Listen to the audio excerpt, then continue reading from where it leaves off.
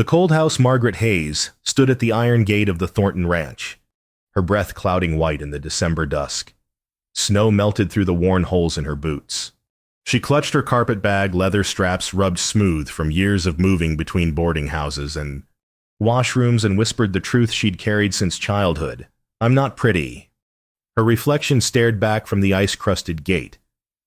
Thin face. Pale skin stretched over sharp cheekbones. Brown hair pulled severe beneath a faded bonnet. The kind of face men looked past, women pitied, children ignored. She should leave. Walk back to town. Find another position, scrubbing floors or mending shirts. Anything but this. But the notice had said something different.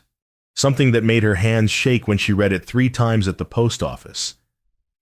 Housekeeper wanted, through Christmas. Must be honest. No need for fancy. Honest. She could do fancy. She'd never been. The ranch house rose before her 2 stories of Montana stone.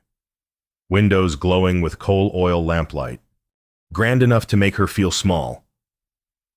But something was wrong with the light.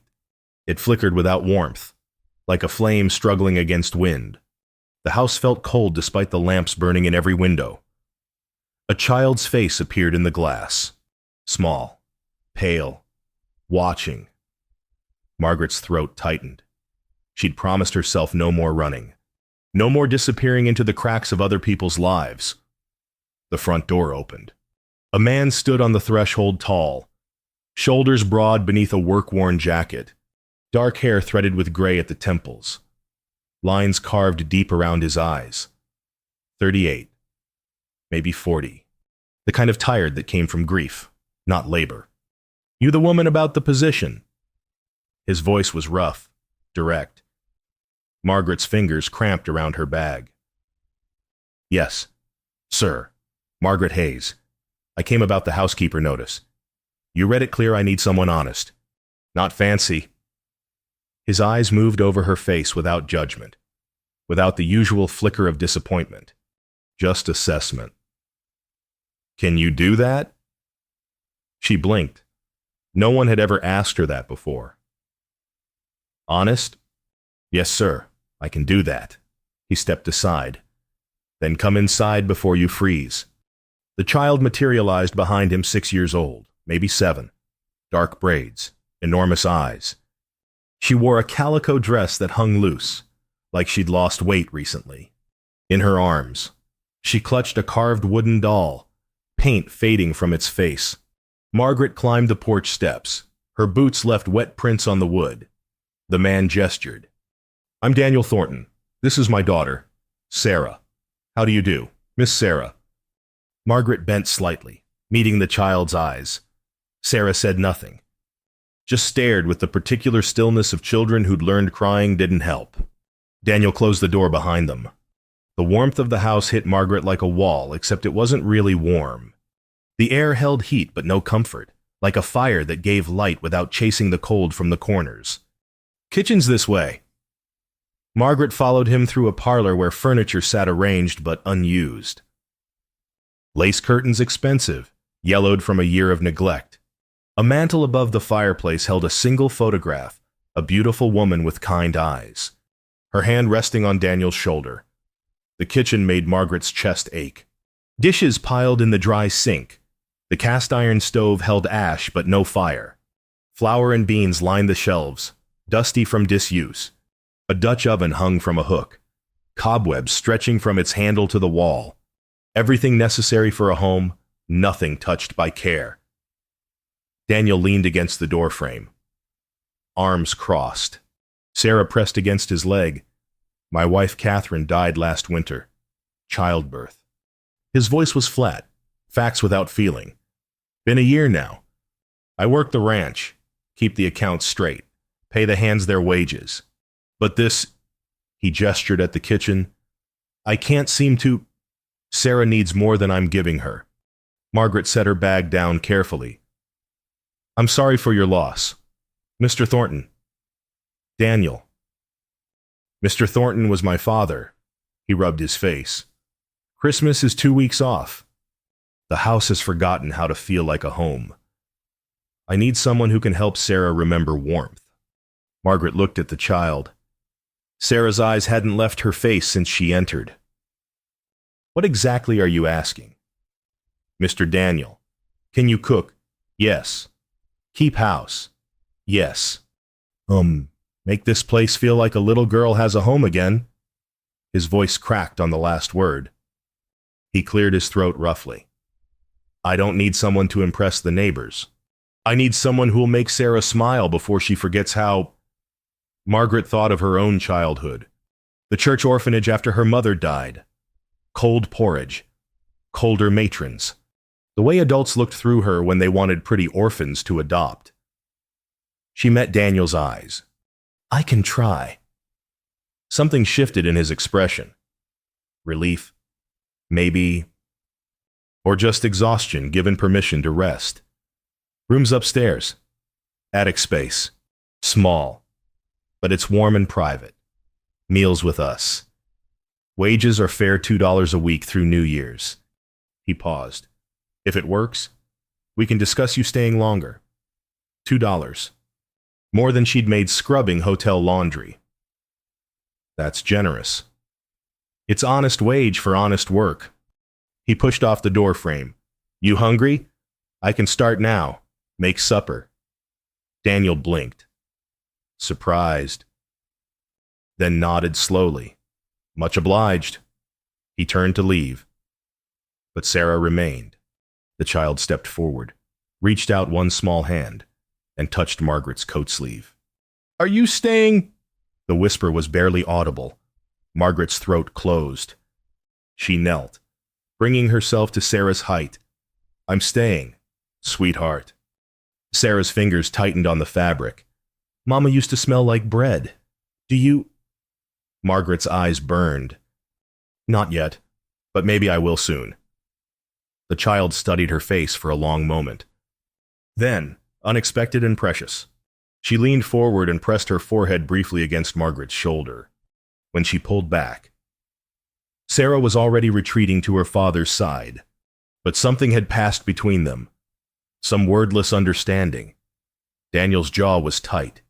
He cleared his throat again. Come on, Sarah. Let Miss Hayes get settled. They left. Margaret heard their footsteps on the wooden floors, fading toward the front of the house. She stood alone in the kitchen. December wind rattled the windows. The stove sat cold and dark. But Margaret Hayes had spent her life learning to build fires from nothing. She hung her bonnet on the peg by the door, rolled up her sleeves, and began. 2 hours later, the kitchen glowed. Margaret had found kindling in the wood box, coaxed flame from coal and split pine. The cast iron stove radiated heat, its belly full of burning oak. She'd scrubbed the dishes, wiped down the table, swept the floor until the boards showed their original color. Supper cooked venison stew with root vegetables from the cold cellar, biscuits rising in the Dutch oven. The smell of rosemary and butter filled the air. Daniel appeared in the doorway. His expression was unreadable. Something wrong? Margaret asked, suddenly uncertain. No. His voice was rough. Just, the house hasn't smelled like this in a long time. Behind him, Sarah's eyes were wide. Margaret wiped her hands on the apron she'd found hanging behind the door. Supper's ready, if you're hungry.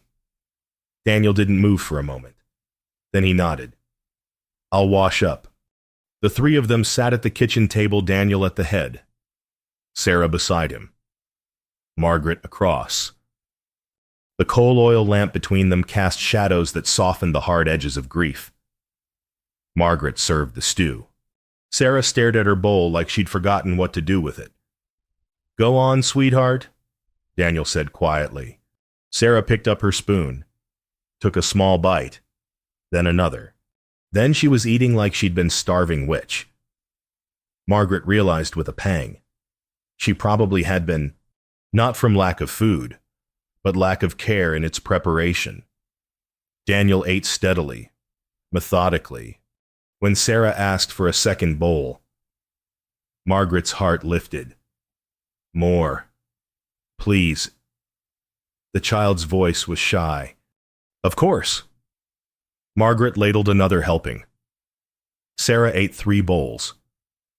When she finally set down her spoon, she looked at Margaret with something like wonder. It tastes like Mama used to make. Daniel's fork clattered against his plate. He stood abruptly, chair scraping. "Excuse me?" He left the kitchen. The back door opened and closed. Sarah's face crumpled. "I'm sorry. I didn't mean—" "Hush now." Margaret reached across the table, covered the child's small hand with her own. "You didn't do anything wrong. Your papa just misses her. That's all." "Do you think he's sad I like your cooking?" Margaret's chest ached. "No, honey. I think he's grateful you're eating again. Sometimes grown folks cry when they're grateful, not just when they're sad." Sarah considered this. Then she nodded solemnly. They cleared the dishes together in silence. Margaret washed. Sarah dried with a threadbare towel.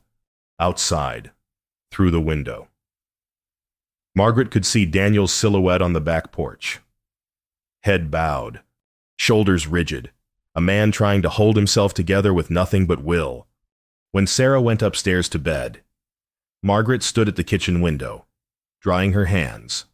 The house felt different now, still sad, still heavy with loss, but the coldness had retreated slightly. Tomorrow she'd tackle the parlor, air out the curtains, polish the furniture, bring life back into the spaces where grief had settled like dust. For tonight, she'd made them a warm meal. She'd given a lonely child 3 bowls of comfort. It was a start. Margaret climbed the narrow attic steps to her room. The space was small, a rope bed with a thin mattress, a washstand, a single window overlooking the dark fields. But it was hers. Private. Safe. She unpacked her carpet bag, 2 spare dresses, a journal, a small Bible her mother had given her before dying. Not much to show for 26 years of life. She opened the journal, dipped her pen in the inkwell on the washstand, and wrote by the light of her coal oil lamp. December 12, 1884. The Thornton Ranch. They don't see my plainness. They see my hands. Maybe that's enough. Maybe I can stay. Outside her window, the first stars appeared. Cold and bright and impossibly distant. But inside, the house was finally, tentatively, beginning to warm. The first meal, Margaret woke before dawn, as she always had. Years of orphanage bells and boarding house rules had taught her body to rise with the dark. She dressed quickly in the cold attic room, gray wool dress, practical and plain, pinned her hair tight, splashed icy water from the washstand basin on her face to chase away sleep. Downstairs, the house was silent. She moved through the kitchen like a ghost, lighting the coal oil lamp, coaxing yesterday's embers back to life in the cast iron stove. The ritual soothed her kindling, coal, the first curl of smoke, then flame. She found coffee beans in a tin on the shelf, ground them in the hand mill. The sharp smell cut through the morning cold. When the pot began to boil, she set it on the cooler part of the stove to settle. The pantry yielded more than she'd expected. Daniel Thornton might have stopped cooking, but he'd kept the house supplied. Flour, sugar, dried beans, salt pork, a basket of eggs from yesterday, preserves raspberry, made by someone's careful hands last summer. Catherine's hands. Probably. Margaret touched the jar gently before setting it on the table. She was pulling biscuits from the Dutch oven when Daniel appeared in the doorway. His hair was damp from washing, shirt buttoned but untucked. He stopped when he saw her. "Didn't expect you up this early." Margaret straightened, suddenly self-conscious. "I hope I didn't wake you. The stove can be loud when it's hungry." "No, I've been awake." He moved to the table, stood there awkwardly. "Is that coffee I smell?" "Yes, sir. Still hot." She poured him a cup, thick ceramic, chipped at the rim, set it before him. "Cream or sugar?" "Black." He took a sip, closed his eyes. "Good and strong. Thank you." "You're welcome." They stood in silence. The moment stretched uncomfortable until Margaret realized he didn't know what to do with her. Employer and employee. But in his kitchen before sunrise. The intimacy of it seemed to unsettle him. "I thought I'd take inventory of the pantry today," she said, filling the silence. "Make a list of what we'll need from town and start on the parlor, if that's all right." Daniel nodded slowly. "Fair enough. I'll be working the north pasture." One of the hands said the fence needs mending before the real cold hits. He paused. "Sarah will wake soon. She'll want breakfast. I'll take care of her." Something flickered across his face. Relief. Maybe. Or guilt at feeling relieved. "Much obliged." He drained his coffee, set the cup down carefully, started to leave, then turned back. "Miss Hayes." "Yes?" "My wife?" "She kept rosemary.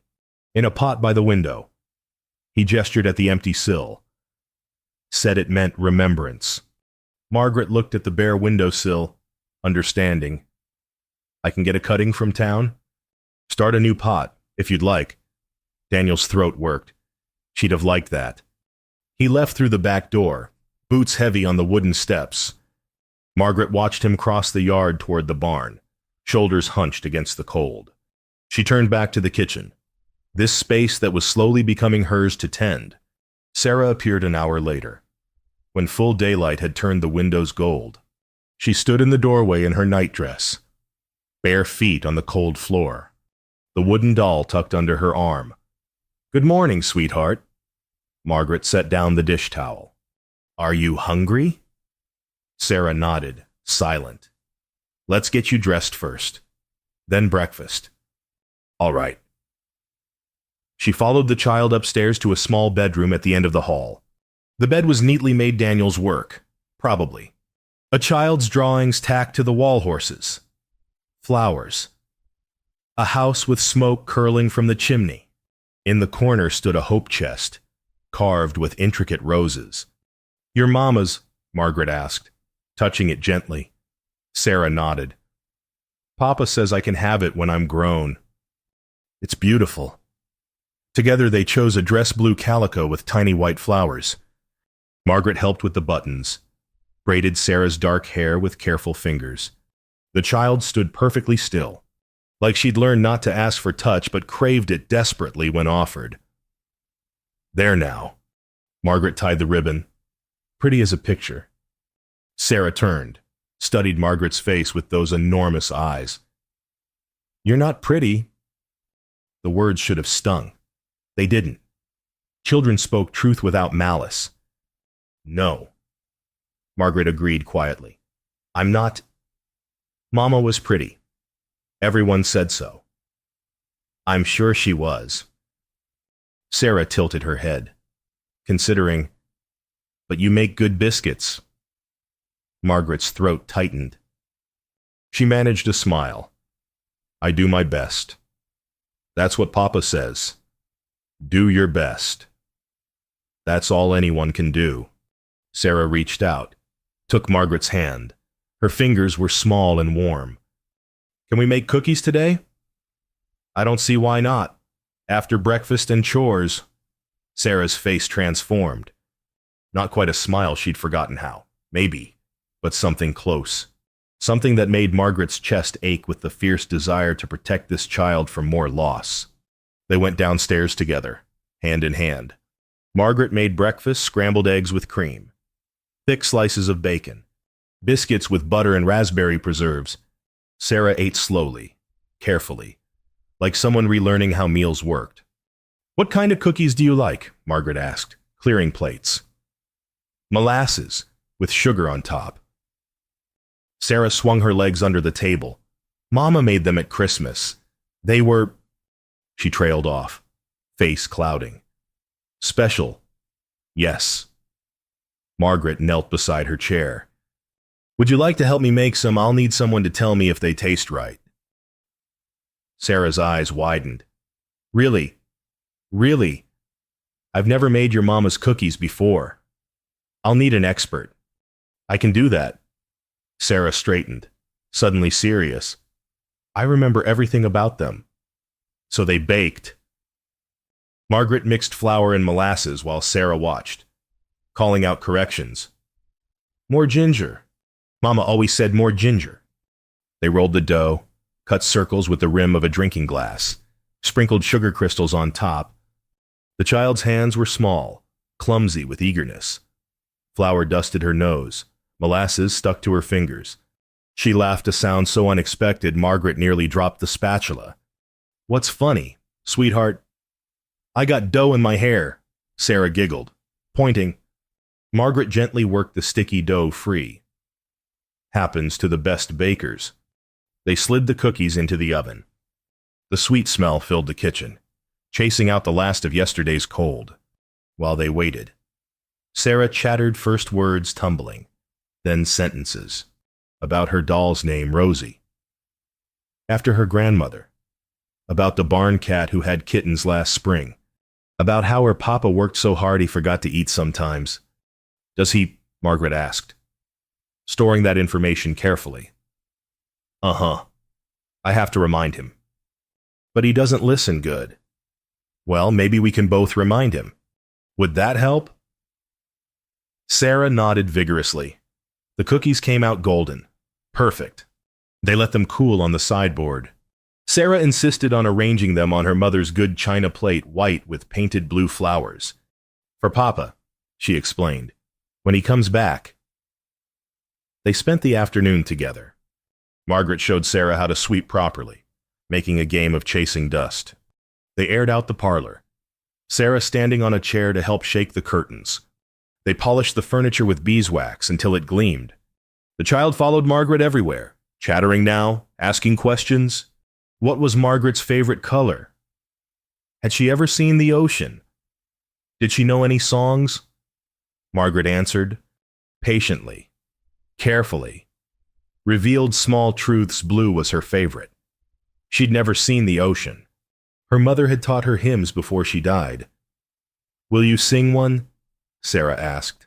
So Margaret sang softly while they worked. Amazing Grace. Her voice was thin, unpracticed. But Sarah hummed along, recognizing the melody. When Daniel came back at dusk, he stopped in the doorway. The parlor glowed. Curtains fresh, furniture gleaming, the coal oil lamps lit, and in the kitchen. His daughter stood on a chair beside Margaret, both of them kneading bread dough. Flour everywhere. Laughing.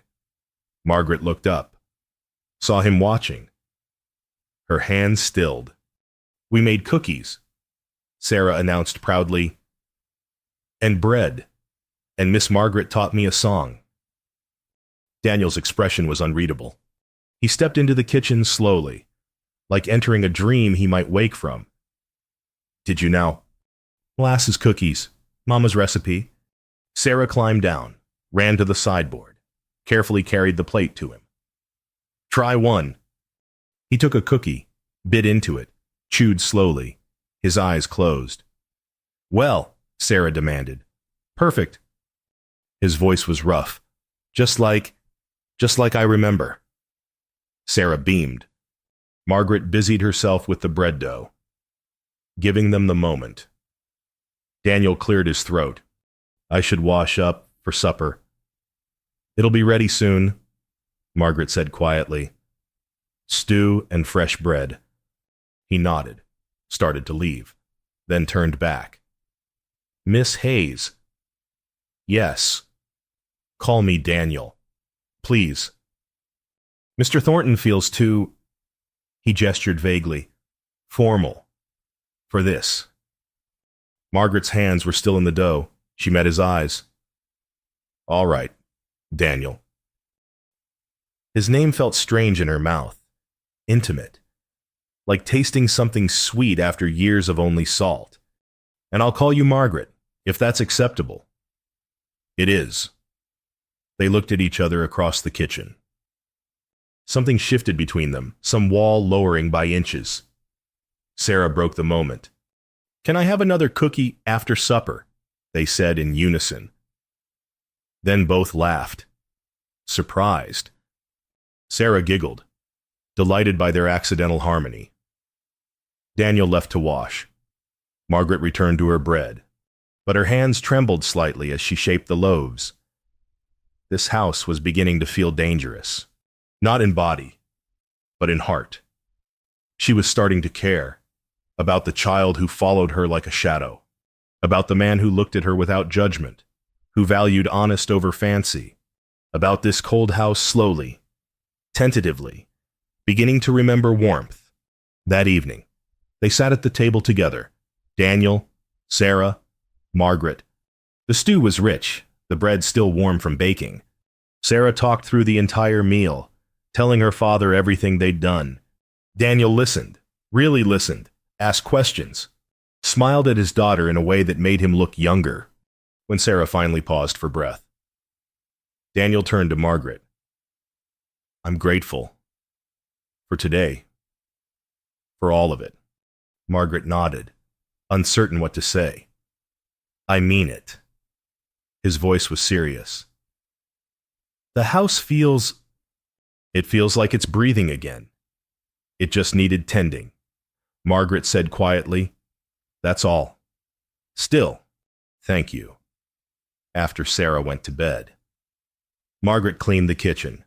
Daniel brought in more firewood without being asked, stacked it neatly by the stove. They worked in silence, comfortable now, rather than awkward.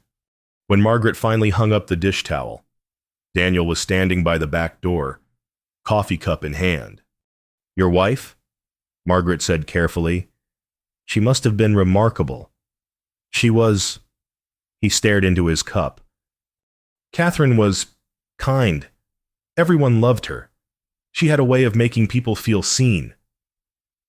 Margaret understood. She was the opposite, the kind of person people looked through. "I'm sorry I'm not her," she said before she could stop herself. Daniel looked up sharply.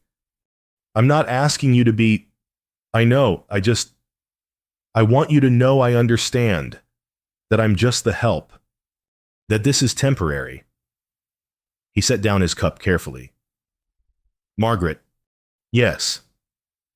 You made my daughter laugh today. I haven't heard that sound in over a year." His voice was steady, but his eyes were bright.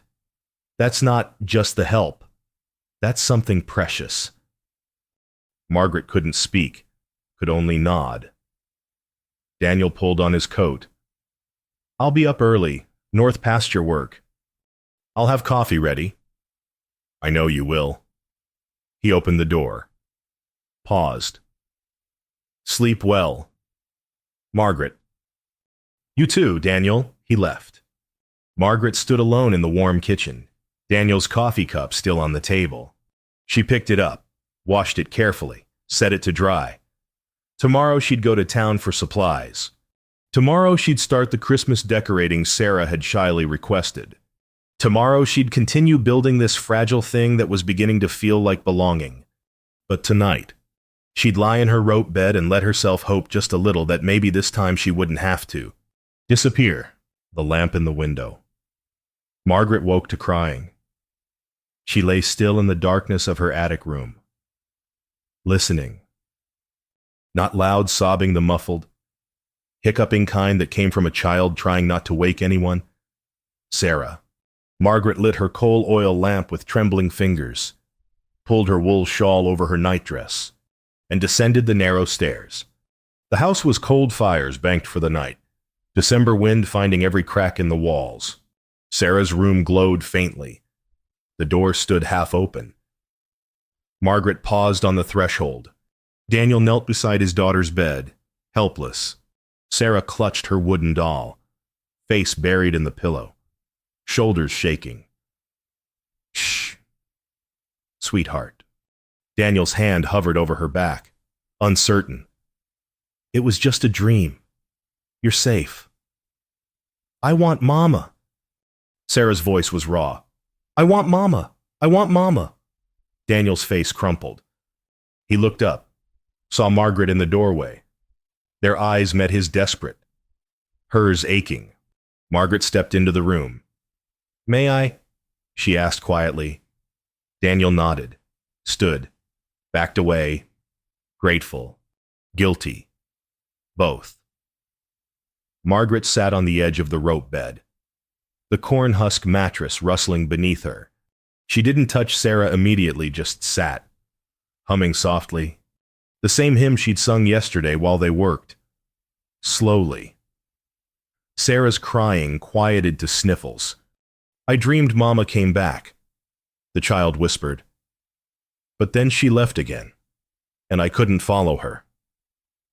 Margaret's throat closed. "That must have been frightening." "It was." Sarah turned her head, looked at Margaret with red-rimmed eyes. "Do you have bad dreams?" "Sometimes." "What do you do?" Margaret considered. "I remember the good things. The things that are real and here, not lost and gone." Sarah sat up slowly. Doll clutched to her chest. "What good things?" "Well," Margaret touched the doll's carved head gently. "This is Rosie. Yes, your grandmother's name. That's a good thing, carrying love forward." Sarah nodded.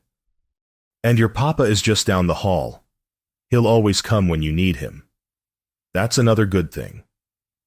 He can't make the dreams stop, though. No, but he'll sit with you through them. That counts for something." Sarah leaned against Margaret's shoulder, tentative. "Testing." Margaret's arm came around her automatically. "Will you stay?" Sarah whispered. "Just until I fall asleep." Margaret looked at Daniel. He stood by the door, face unreadable in the lamplight. "I'll stay," Margaret said. She shifted, making herself comfortable against the headboard.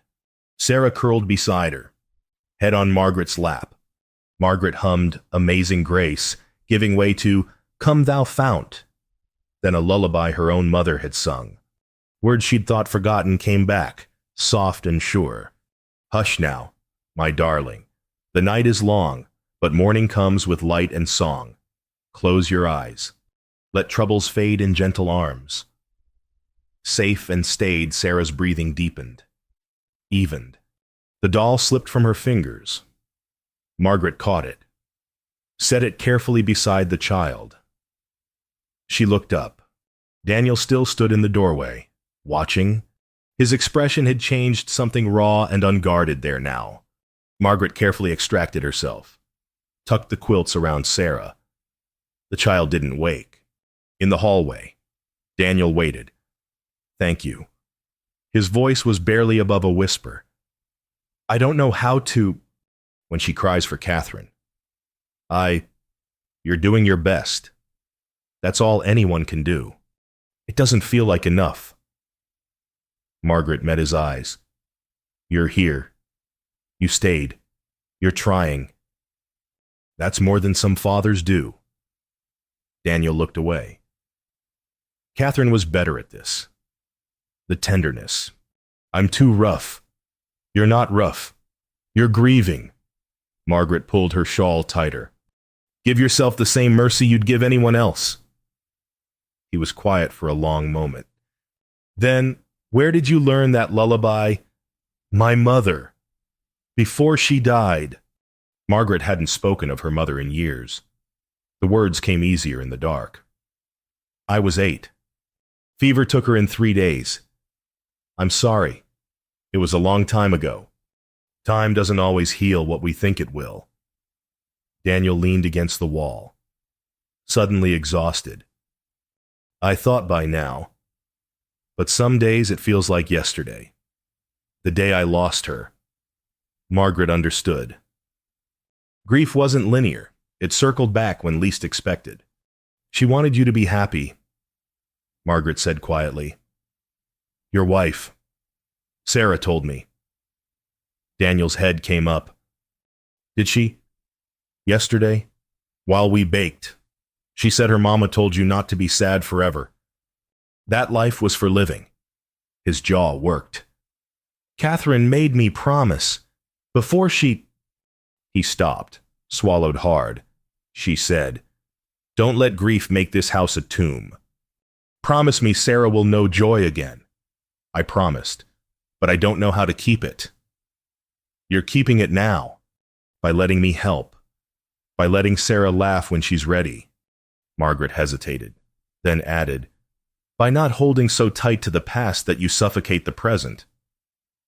Daniel looked at her, really looked, like seeing her for the first time. You're wise, he said. For someone so young, I'm 26, old enough to know pain teaches what comfort can't.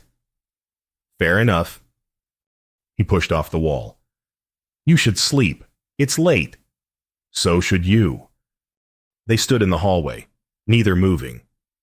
The house settled around them, wood contracting in the cold, wind against the eaves. Margaret, Daniel said finally, what you said earlier about being just the help. About this being temporary. Her heart stuttered.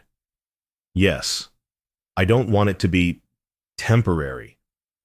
He met her eyes. I'd like you to consider staying past Christmas, past New Year's. As long as you're willing. Margaret couldn't breathe. You mean that? I do. Sarah needs you. The house needs you. And He stopped. Something unspoken hanging in the air. I need someone who sees what needs doing and does it, who doesn't wait to be told, who makes this place feel like a home again.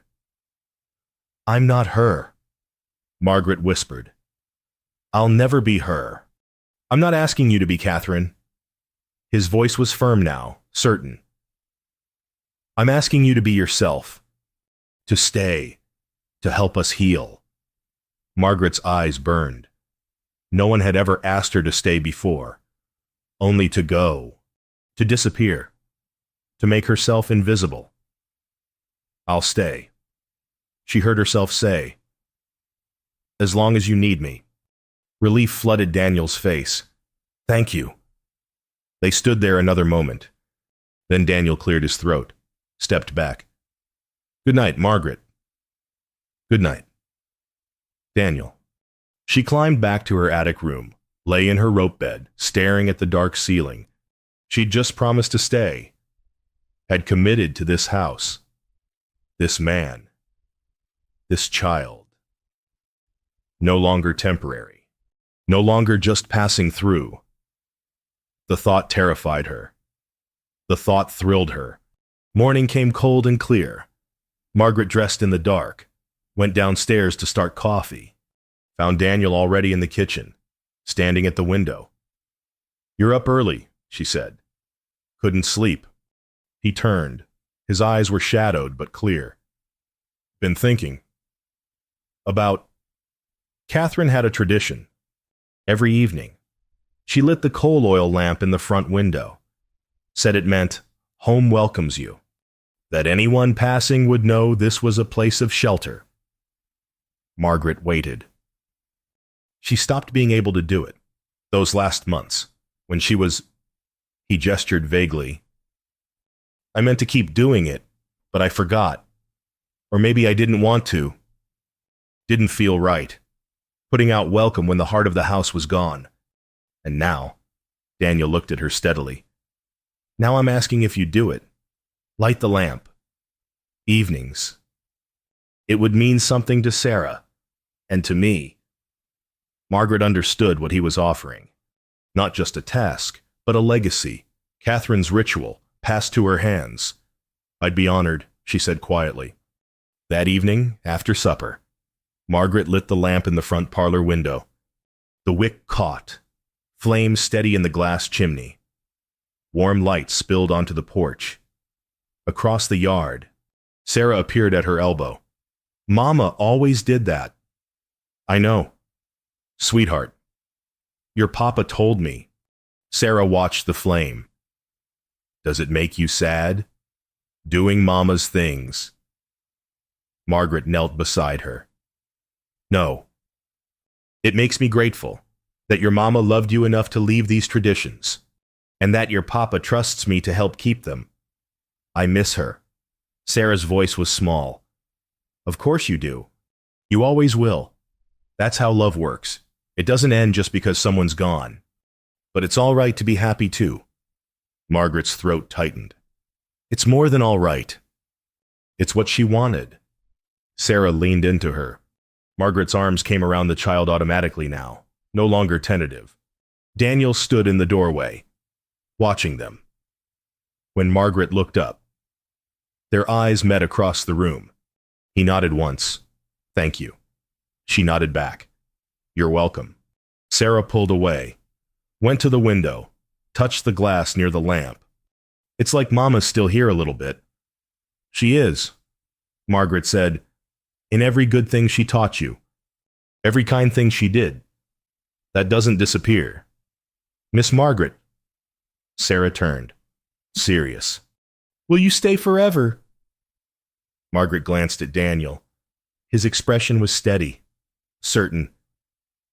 "I'll stay as long as your papa needs me," Margaret said carefully. "That's forever. Then," Sarah said it matter-of-factly, like stating the weather, "Papa always needs help." Daniel laughed sudden, surprised. The sound filled the room like light. Sarah giggled. Margaret found herself smiling. For a moment. They were just 3 people in a warm house, lamplight between them. Winter locked outside. It felt fragile, precious, real. Later, Margaret sat in the kitchen, mending one of Sarah's dresses by lamplight. Daniel worked at the table, reviewing account books. "I need to go to town tomorrow," he said without looking up. "For supplies. Winter provisions before the big snows hit. I could make a list. Things for the kitchen. I was thinking you should come. You and Sarah both." He glanced at her. "So you can pick what you need yourself. And Sarah could use the outing." Margaret's hand stilled on the needle. Going to town meant being seen, being judged, being measured against Catherine's memory. "You don't have to," Daniel added, reading her hesitation. "I can buy whatever you list." "No." Margaret set down the mending. "You're right. I should see what's available. And Sarah would enjoy it. There'll be talk," Daniel warned. "Town's small. Everyone knew Catherine. They'll have opinions about you being here. Do their opinions matter to you?" He met her eyes. "Not a damn bit." Margaret smiled slightly. "Then they don't matter to me either." Daniel smiled back real, unguarded. "Fair enough." They worked in comfortable silence. The fire crackled, outside. Wind moaned around the eaves. Margaret thought about the lamp burning in the front window, about Sarah's arms around her neck, about Daniel saying stay. She'd spent her whole life being temporary. The orphan no one adopted, the worker no one kept. The plain girl men looked past. But here, in this cold house slowly warming, someone had asked her to stay. Someone had given her a place to belong. She picked up the needle again, drew thread through blue calico, and mended what was torn. It felt like practice for something larger, some broken thing inside herself. Finally beginning to heal, the lamp burned steady in the window, and Margaret Hayes, for the first time in her life, felt the weight of being needed, not just for her hands or her work, but for herself. The town. The wagon ride to town took 2 hours through frozen ruts and drifted snow. Daniel drove the team 2 sorrel mares with winter coats thick as bear fur. Margaret sat beside him on the wooden bench, wool blankets tucked around their legs. Sarah perched between them, chattering about everything and nothing. "Look, Papa, I see it." "Sweetheart." "Miss Margaret, do you think it's hunting?" "I'd wager it is. Hawks have to eat. Same as us." The morning was sharp and clear, breath clouding white. Montana stretched endlessly around them, white fields, dark pine forests, mountains rising jagged in the distance, beautiful and brutal both. Margaret had never been this far from town before. The boarding house where she'd lived was 3 blocks from the general store, walking distance from the laundry where she'd worked. This openness made her feel exposed, visible. Daniel glanced at her. Cold. "No, just taking it in. It's a lot of nothing. I know, but I like the space, the quiet." "It's not nothing," Margaret said. "It's room to breathe." He smiled slightly, returned his attention to the road. Sarah leaned against Margaret's arm. "Will we see Mrs. Calhoun in town?" Daniel's smile faded. "Probably. Why?" "She's mean. She told Papa he needed a proper woman to raise me." Sarah said it matter-of-factly, without understanding the cruelty beneath the words. Margaret's hands tightened in her lap. "Mrs. Calhoun talks too much," Daniel said evenly. "Don't pay her any mind." But Margaret felt the warning there. Town would have opinions. They always did. Brennan's General Store occupied the corner of Main Street and First. 2 stories of whitewashed wood with a false front that made it look grander than it was. Wagons and horses crowded the hitching posts. Saturday was trading day, ranchers and farmers coming in for supplies, wives comparing fabric, children begging for penny candy. Daniel helped Margaret down from the wagon. His hand lingered a moment at her elbow, steadying, protective. Then he lifted Sarah down, and they entered together. The store smelled of coffee, tobacco, leather, and lye soap. Shelves lined every wall, canned goods, bolts of fabric, tools, ammunition, kerosene. Flour sacks stacked like fortifications. Mr. Brennan stood behind the counter, weighing sugar for a customer. "Morning, Daniel?" He nodded politely. "Miss Sarah." "Brennan." Daniel touched his hat brim. "Need to stock up before the heavy snows." "Sensible. I'll help you when I'm done here." The conversation in the store had stopped when they entered. Margaret felt eyes on her, assessing, judging. Finding her lacking, 2 women stood near the fabric counter. Mrs. Calhoun, 60 and severe in black bombazine, and Mrs. Pierce, younger, dressed in dove gray with jet buttons that caught the light. Both had been friends of Catherine's. Daniel had mentioned on the drive. Daniel Thornton. Mrs. Calhoun's voice carried across the store. "What a surprise to see you in town." Daniel's jaw tightened. He guided Margaret and Sarah toward them with his hand at the small of Margaret's back. "Mrs. Calhoun, Mrs. Pierce." He nodded to each. "This is Margaret Hayes. She's helping with Sarah and the house." Mrs. Calhoun's eyes traveled over Margaret, noting the plain gray dress, the worn boots. The hair pulled severe, her mouth pursed. "How lovely. Poor motherless child certainly needs assistance." The pause before assistance was deliberate, loaded. Margaret kept her face neutral. "It's a pleasure to meet you both." "Hayes." Mrs. Pierce tilted her head. "From the boarding house on Oak Street." "Yes, ma'am." "But the one who did laundry work?" Heat crawled up Margaret's neck. "Yes." "Well." Mrs. Calhoun adjusted her reticule. "I suppose it's practical. Someone to scrub and cook. Though a child Sarah's age really needs refinement, education, a woman's gentle influence. Not just—" She trailed off meaningfully. Daniel's voice went flat. "Margaret's influence has been nothing but gentle. Sarah's thriving, I'm sure." Mrs. Calhoun's smile was thin. "Still, one worries. Catherine had such grace, such breeding. It's a high standard to meet. I'm not trying to meet anyone's standard but Sarah's." Margaret said quietly. "And her father's." Mrs. Pierce's eyebrows rose. Mrs. Calhoun's lips pressed into a line. "How direct." Mrs. Calhoun turned to Daniel. "You must come to church tomorrow. Pastor Ames was asking after you. And Sarah should attend Sunday school. It's been far too long." "We'll see." Daniel's hand remained at Margaret's back. "Excuse us. We have shopping to do." He steered them away. Sarah clutched Margaret's hand tightly when they were out of earshot. Margaret released a breath she hadn't realized she was holding. "I'm sorry," Daniel said. "They're bitter women with nothing better to do than gossip. They loved your wife. They loved the idea of her. Catherine hated their judgment. Told me once that Christian charity shouldn't come with conditions." He glanced down at her. You handled them well. Practice. I've been judged my whole life. His hand tightened briefly on her back. Their judgment's worth nothing.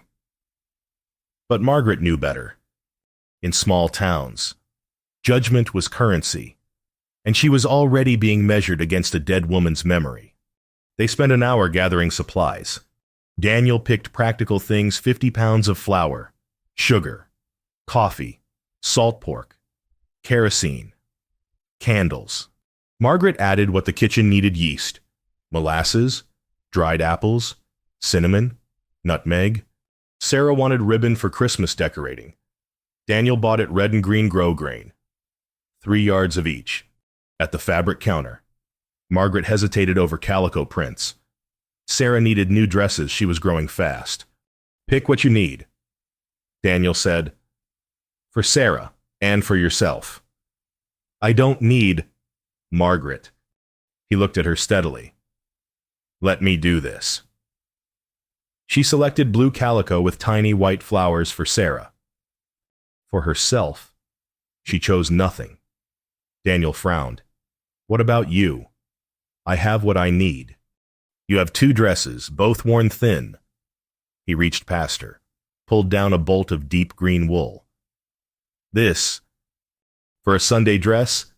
Daniel, that's expensive. It's practical, and you've earned it. He carried the bolt to the counter, added brown cotton for everyday wear. Margaret's throat tightened. No one had bought her fabric in 18 years, not since her mother died. Mr. Brennan measured and cut, wrapped everything in brown paper tied with string. The total came to $23 more than Margaret made in 3 months at the laundry. Daniel paid without blinking. As they loaded the wagon, Mrs. Calhoun emerged from the store, Mrs. Pierce behind her. They stood on the boardwalk, whispering behind gloved hands. Sarah climbed into the wagon, but Margaret paused, something in her refusing to slink away. She turned, met Mrs. Calhoun's eyes directly across the street. The older woman's mouth flattened. She looked away first. Small victory. Bitter one. Daniel helped Margaret up, his hand warm and firm. Ignore them. Hard to ignore wasps when they're buzzing around your head. He laughed short, surprised. Fair point. The ride home felt different, quieter. Sarah dozed against Margaret's shoulder, exhausted from the outing. She likes you, Daniel said after a while. I like her too. More than like. She trusts you. He glanced over. She called you Mama this morning, when she was waking up. Margaret's breath caught. She did, in her sleep. Probably didn't know she said it. He was quiet a moment. I didn't correct her. Should I correct her? I mean, if she says it again. Daniel considered. No, I don't think so. Catherine would want Sarah to feel that kind of love again, even if it's not from her. I'm not trying to replace her. I know, but you're filling the space she left. That's not the same as replacing. That's just living, moving forward. Margaret looked at the sleeping child against her shoulder. Sarah's face was peaceful now. No nightmares haunting her in daylight. She's easy to love, Margaret said quietly. Daniel was silent so long she thought he wouldn't respond. Then, so are you. Margaret's head snapped up. Daniel kept his eyes on the road, jaw set, like he'd surprised himself with the admission. Daniel, I don't mean. He stopped, gathered his thoughts. You're good. To her. To this house, to me. That's all I'm saying. But it wasn't all. Margaret heard what he didn't say. You matter. You're not invisible. Not to us. She looked away, blinking against sudden tears. They rode in silence. The wagon creaked. The horses' hooves crunched through snow. Mountains rose ahead. The ranch nestled in their shadow. Home. When had she started thinking of it that way? They unloaded supplies together while Sarah fed the barn. Cats. Margaret carried flour and sugar to the pantry. Daniel brought in the heavier items: salt pork, kerosene cans, 50-pound sacks. In the kitchen, putting things away. They worked around each other with the ease of long practice. Margaret shelved goods. Daniel stacked firewood. Their movements were synchronized. Natural. "I'll start supper soon," Margaret said, wiping down the table. "No rush. I need to check the stock before dark." Daniel paused at the door. "Margaret." "Yes. Thank you. For today. For holding your head up when those women were cruel. I've had worse." "That doesn't make it right?" She smiled slightly. "No, but it makes it survivable." Daniel looked at her like he wanted to say more. Then he nodded, pulled on his hat, and left. Margaret stood alone in the kitchen. Through the window, she watched him cross to the barn. Sarah running beside him, chattering up at his face. Father and daughter. Her family now, in all but name. Outside, the first evening stars appeared. Margaret lit the coal oil lamp in the front window, Catherine's ritual, now hers. The flame caught, burned steady. She thought about Mrs. Calhoun's tight mouth, Mrs. Pierce's raised eyebrows, the way Daniel's hand had stayed protective at her back, the way he'd said, "So are you." Easy to love. Margaret pressed her palm against the cool window glass, watching the lamp's reflection shimmer.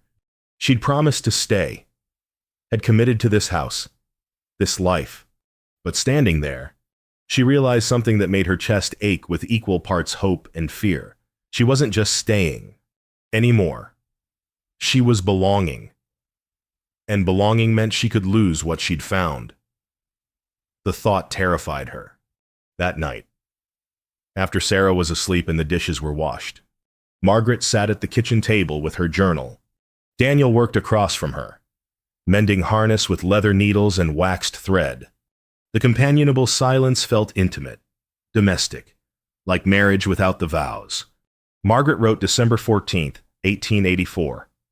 "Went to town, met the women who judge me. Daniel defended me, said I was easy to love. I am in dangerous territory. I am beginning to need this, need them. And need is the most dangerous thing for someone who's always been disposable." She looked up. Daniel was watching her. Needle paused mid-stitch. "What?" she asked. "Nothing. Just—" "You looked serious. Worried."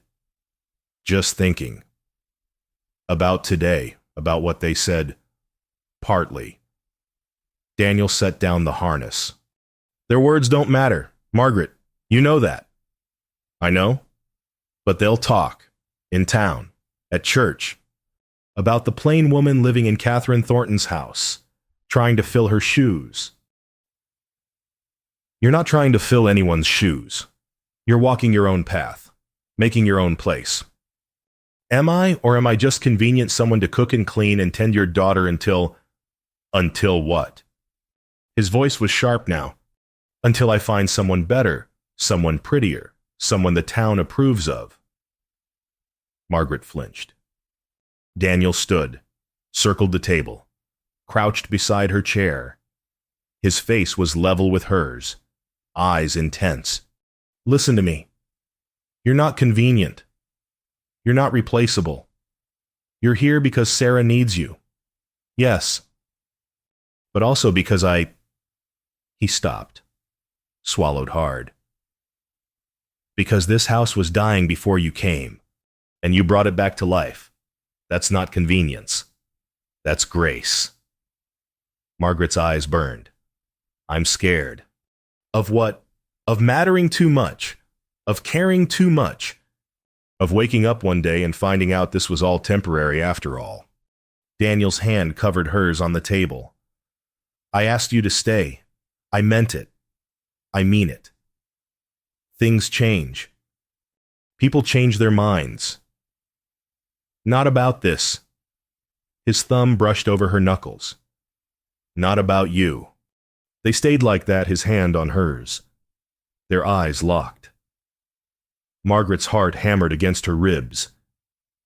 Then Sarah's voice called from upstairs. Papa, Miss Margaret, I need water. The moment broke. Daniel stood, released her hand, but his eyes held hers another heartbeat. I'll get it, Margaret said, standing. No, I will. Daniel smiled slightly. You write your thoughts. I'll tend my daughter. He left. Margaret sat back down, stared at her journal, at the words she'd written. Need is the most dangerous thing. But maybe, she thought, reaching for the pen again, maybe need wasn't danger. Maybe it was just another word for love, learning to take root. The Christmas tree. The forest was quiet, except for the crunch of snow under boots, and Sarah's delighted. Laughter echoing through the pines. Daniel led them deeper into the woods behind the ranch, his axe over one shoulder. Breath clouding white in the December air. There. Margaret looked at the tree, a blue spruce about 7 feet tall, branches full and symmetrical. How will we know it's the right one? It has to feel right, Sarah said seriously. Mama taught me. You stand by it and see if it makes your heart happy. She ran to the spruce, threw her arms around the trunk, looked back at them with such pure joy that Margaret's chest ached. This one makes my heart happy.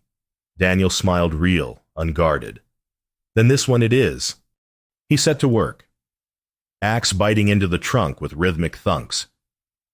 Margaret and Sarah gathered fallen pine branches for garland, their gloves sticky with sap. Did you have Christmas trees when you were little? Sarah asked, threading a pine cone onto a length of twine. Margaret hesitated.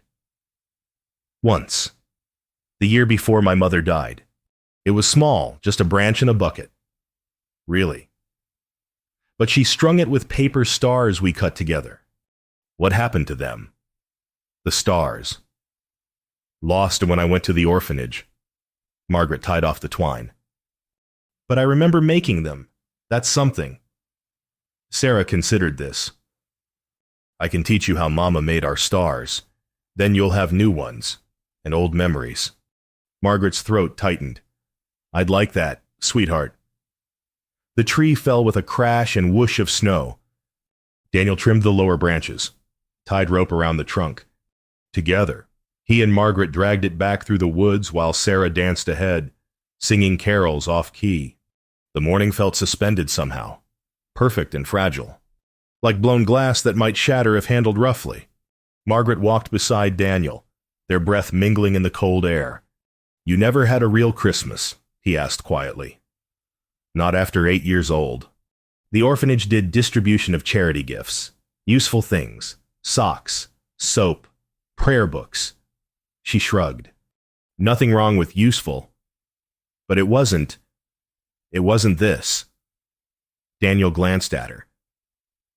This. She gestured at Sarah ahead, at the tree they pulled, at the forest white and clean around them.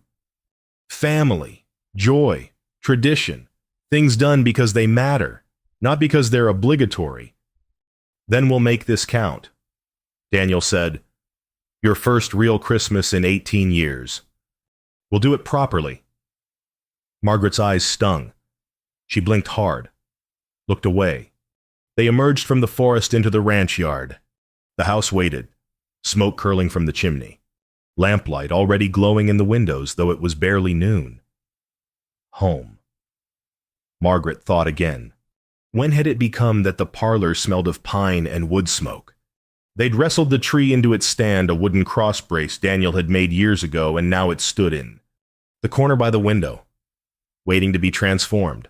Sarah dragged out boxes from the hall closet, tin stars cut from old cans, edges carefully smoothed, strings of popcorn and cranberries, dried from last year, glass ornaments wrapped in tissue paper, delicate. Precious. Few. Mama and I made these. Sarah held up a star, rough cut but lovingly crafted. This was my first one. I was 4. See how crooked it is. Margaret took it gently. The tin was dented, the point uneven. Beautiful. It's perfect. Papa says perfect doesn't mean flawless. It means made with love. Margaret looked at Daniel. He was stringing the popcorn and cranberries, his large hands surprisingly deft with the needle and thread. Your papa's a wise man. He is, Sarah agreed. Then confidentially, but he burns coffee if you don't watch him.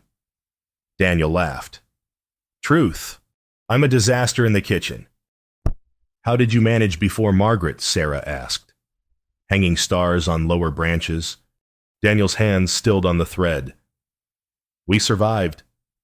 Barely. I burned more meals than I care to admit. We ate a lot of bread and cheese, and beans.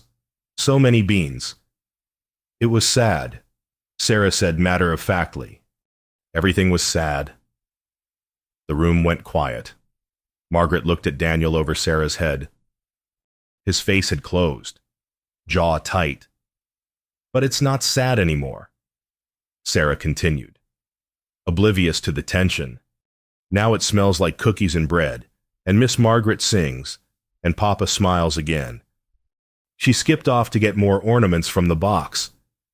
Daniel met Margaret's eyes. Something raw there. Grateful. Guilty. Both. Margaret crossed to him, took the needle from his hands. Their fingers brushed. Let me help, she said quietly. They worked together, stringing garland while Sarah chattered and decorated. The tree slowly transformed bare branches, becoming something magical. Pine scent filled the room. Sunlight through the window caught the tin stars, made them shimmer. Sarah hummed carols, making up words when she forgot them. Her voice was high and sweet and slightly off-pitch.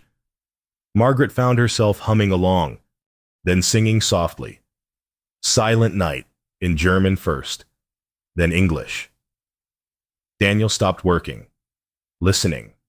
When the verse ended, Sarah clapped. You know German. My mother was from Bavaria. She taught me the old songs. Sing another. So Margaret did O Tannenbaum. Her voice thin but true. The words came back. Muscle memory from childhood. She hadn't sung them in years. Hadn't let herself remember. But here, in this warm room with this child and this man, memory didn't hurt. It felt like honoring something lost by carrying it forward. When she finished, Daniel was staring at her. That was beautiful, he said quietly. Margaret ducked her head. My mother had the beautiful voice.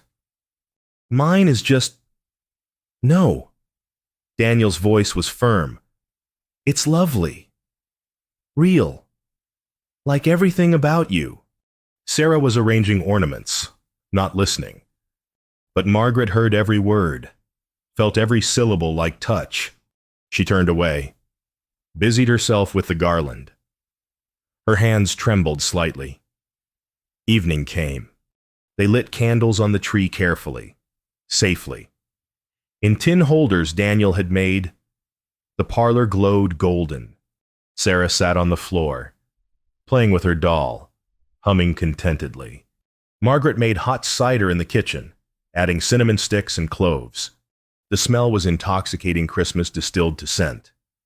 Daniel appeared in the doorway. She wants you to see something. Margaret followed him back to the parlor. Sarah held up a piece of paper, a drawing in careful pencil. 3 figures holding hands.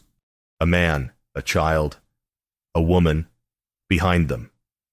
A house with smoke from the chimney. Above, a star. At the bottom, in careful letters, family. Margaret's vision blurred. She knelt beside Sarah, unable to speak. Do you like it? Sarah asked anxiously. I love it. Margaret managed. It's us, our family. Sarah looked up at her father. Right. Papa. Daniel's throat worked. He knelt too. The 3 of them close on the floor. Right, he said. Our family? Sarah beamed. She threw her arms around Margaret's neck, then Daniel's. pulling them together in a tangle of limbs and laughter. Margaret found herself pressed against Daniel's shoulder, Sarah between them. His arm came around both of them protective, claiming. They stayed like that. The tree glowing beside them. Candles flickering. A moment suspended. Perfect. Then Sarah yawned hugely. "Someone's tired," Daniel said. "I'm not tired," Sarah protested, even as her eyes drooped. "Come on, sweetheart. Let's get you to bed." They went through the routine together. Now Margaret helped Sarah into her nightdress, brushed her hair. Daniel tucked her in, kissed her forehead. Margaret sang the lullaby, the one from her mother. Now their shared song. Sarah was asleep before the second verse ended. In the hallway. Daniel closed her door softly. "She called you Mama tonight," he said, out loud, on purpose. Margaret's hands twisted together. "I know." "Should I?" "No. Don't correct her. Don't pull away." He looked at her intently. "Unless it bothers you." "It doesn't bother me." Margaret's voice was barely above a whisper. "It terrifies me. But not because I don't want it." "Why then?" "Because wanting things has never ended well for me." Daniel took her hand, deliberate, warm, led her downstairs to the kitchen, poured them both coffee from the pot on the stove. They sat at the table, the house quiet around them. "Tell me," he said, "about after your mother died, about the orphanage." Margaret wrapped her hands around the cup, letting the heat soak in. She'd never spoken of this to anyone. But here, in this kitchen, with this man looking at her like her words mattered, she found she could. The church ran it. Holy Cross Orphanage. They weren't cruel. Exactly. Just efficient. There were too many of us and too few resources. She stared into her coffee. The pretty girls got adopted. The boys went to farms as workers. Girls like me plain. Quiet we stayed. Learned washing and mending and how to disappear. Jesus, Daniel breathed. I left at 16. Got work at the laundry. Lived in boarding houses. Moved when the rent came due and I couldn't pay. Worked wherever would have me. She looked up. I've never had a home. Daniel. Not since my mother died. Just places I stayed until it was time to leave. His hand covered hers on the table. This is different. Is it yes? His voice was fierce. Because I'm asking you to stay. Not until Christmas. Not until I find someone better. I'm asking you to stay because you belong here. With us. Margaret's eyes filled. You barely know me. I know enough. I know you're kind to my daughter. I know you work without complaint. I know you sing German carols and make this house feel alive again. He tightened his grip. I know when you smile, really smile. Not that polite thing you do for strangers. It makes me remember what happiness feels like. Daniel, let me finish.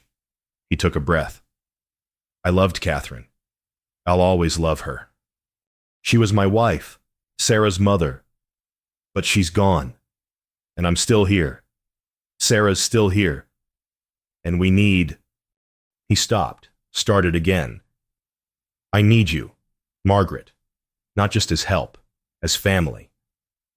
Tears spilled over. Margaret didn't wipe them away. I'm scared, she whispered.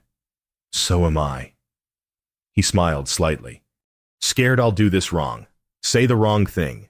Move too fast or too slow. I'm not good at this, at feelings. At words. Catherine used to laugh at how tongue-tied I'd get. You're doing fine.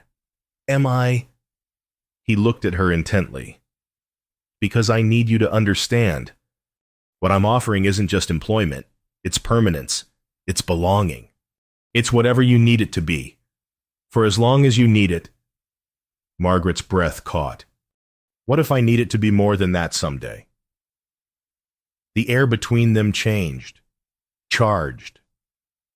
Daniel's thumb brushed over her knuckles. Then we'll talk about it. When you're ready.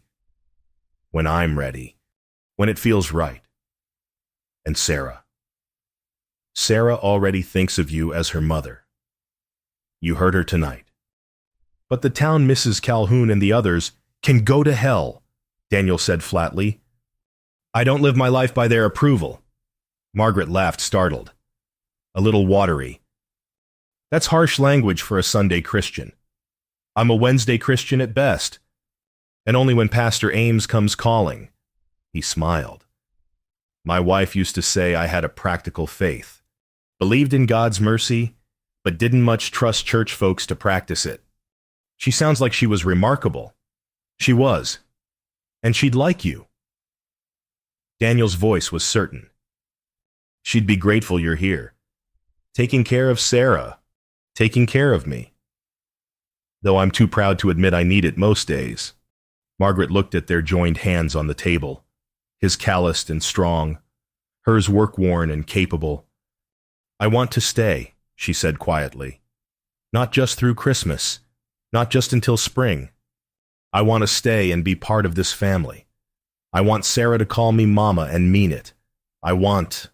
She met his eyes. I want to belong somewhere. Finally. Then stay. Daniel's voice was rough with emotion. Stay and belong here, with us. Margaret nodded, unable to speak. They sat in silence, hands clasped, coffee growing cold. The fire crackled. Outside, wind moaned around the eaves. But inside, everything was warm, safe, real. Margaret thought about the drawing upstairs 3 figures, the word family in a child's careful hand. She thought about Daniel saying, I need you. She thought about Sarah calling her Mama without hesitation. And for the first time in 18 years, Margaret Hayes let herself believe that maybe, just maybe, she'd found the place she was meant to be. The place she could finally stop running. The place that would let her stay. Later, much later, Margaret stood in her attic room, looking out at the stars. The house was silent below her. Daniel in his room. Sarah dreaming peacefully. She opened her journal, wrote by lamplight December 15th, 1884. We cut a Christmas tree. Sarah drew us as family. Daniel said he needs me. Not just as help, as family. I told him I want to stay. Want to belong? He said yes. I am terrified and hopeful in equal measure. This is the most dangerous thing I've ever done, letting myself need someone who might need me back. But tonight, standing in that parlor with Sarah's arms around my neck and Daniel's around us both, I understood something. Family isn't what you're born into. It's what you choose. What chooses you back. They've chosen me. Please. God, let me be enough for them. She closed the journal, extinguished the lamp, lay in her rope bed, listening to the house settle. Downstairs. The tree stood dark now, candles snuffed. But tomorrow they'd light it again. Tomorrow and all the tomorrows after, because Margaret Hayes had finally found her home. And she wasn't leaving. The letter 3 days before Christmas. The mail came. Margaret was kneading bread dough when she heard hoofbeats. Through the kitchen window, she saw the postman, Mr. Jensen, elderly and hunched against the cold, rein his horse by the porch. Daniel emerged from the barn. Wiping his hands on his work trousers, they spoke briefly. Jensen handed him an envelope, tipped his hat, rode off. Daniel stood in the yard, staring at the letter. Even from the window, Margaret could see the tension in his shoulders. He came inside slowly, like a man walking to his own hanging. Daniel. Margaret wiped flour from her hands. What is it? He held up the envelope. Cream-colored paper, thick and expensive, wax seal embossed with a scrollwork B. My late wife's sister, Beatrice Ashford, from Boston. His voice was flat. This can't be good. Sarah appeared in the doorway, drawn by the change in atmosphere. What's wrong? Papa, nothing. Sweetheart, go play upstairs for a bit. But, please, Sarah! The child's face crumpled, but she obeyed. Her footsteps retreated up the stairs. Daniel sat at the kitchen table, broke the seal with his thumb, read silently, his face going pale. "What does it say?" Margaret asked. He read aloud, voice tight. "Dear Daniel, I hope this letter finds you and Sarah well. It has come to my attention through mutual acquaintances that you have employed a woman of uncertain background to care for my niece. While I understand your need for assistance, I feel duty-bound to ensure Sarah's proper upbringing. Catherine would have wanted her daughter raised with refinement, education, and social graces appropriate to her station. Therefore, I will be arriving December 23rd to assess the situation personally. If I find the current arrangement unsuitable for a child of Sarah's breeding, I will exercise my rights as her aunt and nearest female relation to remove her to Boston, where she can receive proper care and education. Yours in Christian concern, Beatrice Ashford." The silence that followed was crushing. Margaret felt the blood drain from her face. She can't. Can she do that? Take Sarah. Daniel's hands shook. He set the letter down carefully, like it might explode. Catherine's will named me guardian, but it also stipulated that if I proved unable to provide appropriate care befitting her daughter's station, Beatrice could petition for custody. What does that mean? Appropriate care. Catherine's family is old Boston money. Banking, shipping. They never approved of me rough Western rancher, no pedigree. His voice was bitter. Catherine chose me anyway. Beatrice never forgave that. She called our marriage a regrettable lapse in judgment. Margaret's chest tightened. And now she's coming to judge whether I'm suitable. No. Daniel stood abruptly.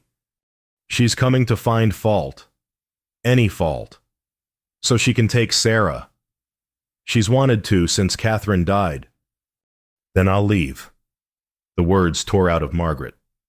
Before she arrives, you can hire someone else. Someone refined. Educated. Someone who... Stop. Daniel's voice was sharp. He crossed to her, gripped her shoulders. You're not leaving. Daniel, be reasonable. If she sees me plain, uneducated, former laundry worker, she'll use it against you. She'll say Sarah needs better. And she'll be right. She won't be right. She'll be a bitter woman using my daughter to prove a point. His eyes blazed. You're the best thing that's happened to this house since Catherine died. I'm not letting you go. It's not about what you want. Margaret's voice broke. I won't be the reason you lose your daughter. Daniel's hands tightened on her shoulders. You're not the reason. Beatrice's cruelty is the reason. Her need to control is the reason, but I'm the excuse she'll use. Margaret pulled away, wrapped her arms around herself. She'll see me and know that I'm nothing, that I'm enough. Daniel's voice cracked like a whip. Don't you dare diminish yourself, not in my house. Margaret flinched. Daniel took a breath, gentled his tone.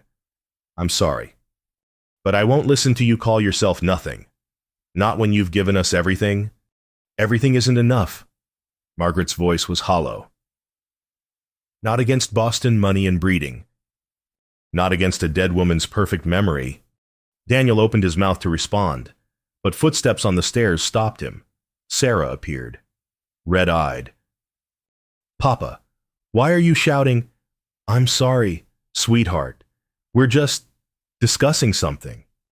Are you fighting about Aunt Beatrice? Sarah's voice was small. I heard you reading the letter. Daniel and Margaret exchanged glances. Come here, honey. Daniel knelt, opened his arms. Sarah ran to him, buried her face against his shoulder. Is she going to take me away? No. Daniel's voice was fierce. No one's taking you anywhere. But Mama said, before she died, she said Aunt Beatrice would take care of me if something happened to you. Daniel pulled back, looked at his daughter. Nothing's going to happen to me. And even if it did, Miss Margaret would take care of you. Wouldn't you? Margaret, he looked up at her, eyes pleading. Margaret's throat closed. Of course I would. If your papa wanted me to, I do want you to. Daniel stood, keeping one hand on Sarah's shoulder. Which is why you're not leaving. We'll face Beatrice together. All three of us. As a family. Sarah looked between them. Is Miss Margaret in trouble because of me? No, sweetheart. Because I called her mama. Sarah's voice rose, panicked. I didn't mean to make trouble. I wanted. She dissolved into tears. Margaret knelt, gathered the child into her arms. Hush now. You didn't make any trouble. None of this is your fault. But Aunt Beatrice doesn't like Papa.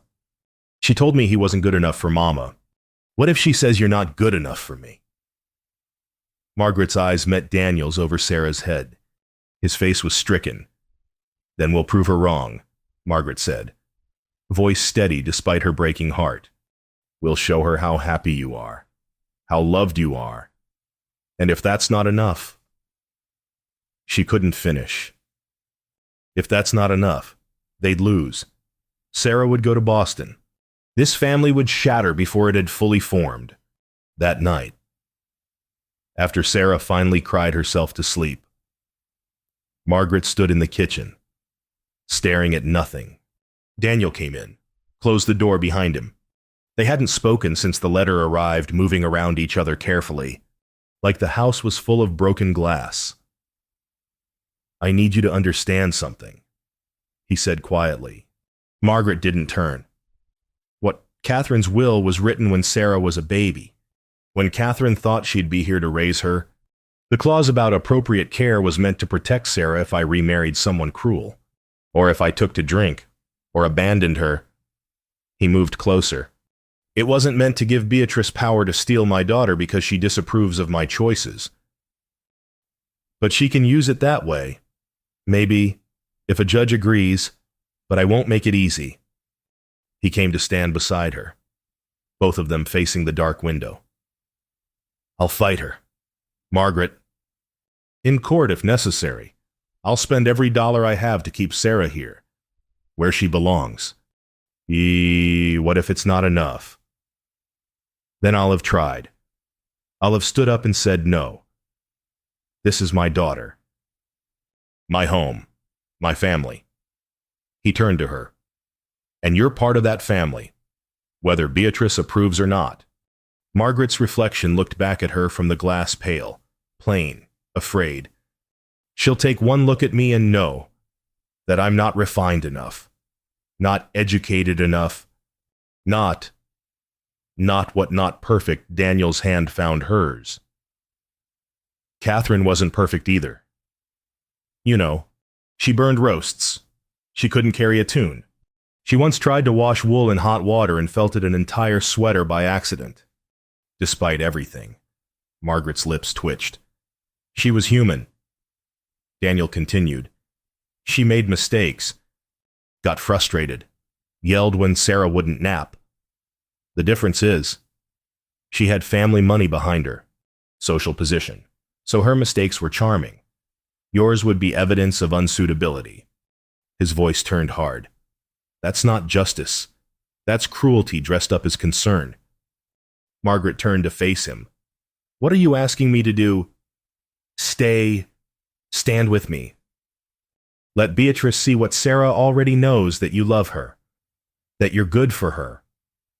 For us. He gripped both her hands. Let me defend you.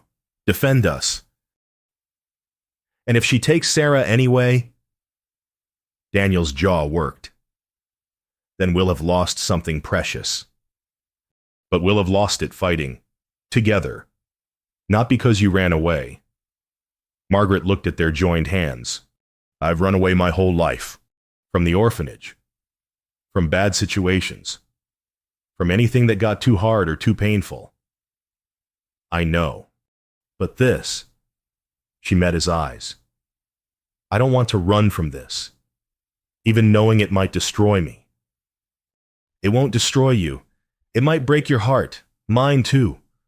But you're stronger than you know. Margaret Hayes. She laughed bitter. Watery. Am I?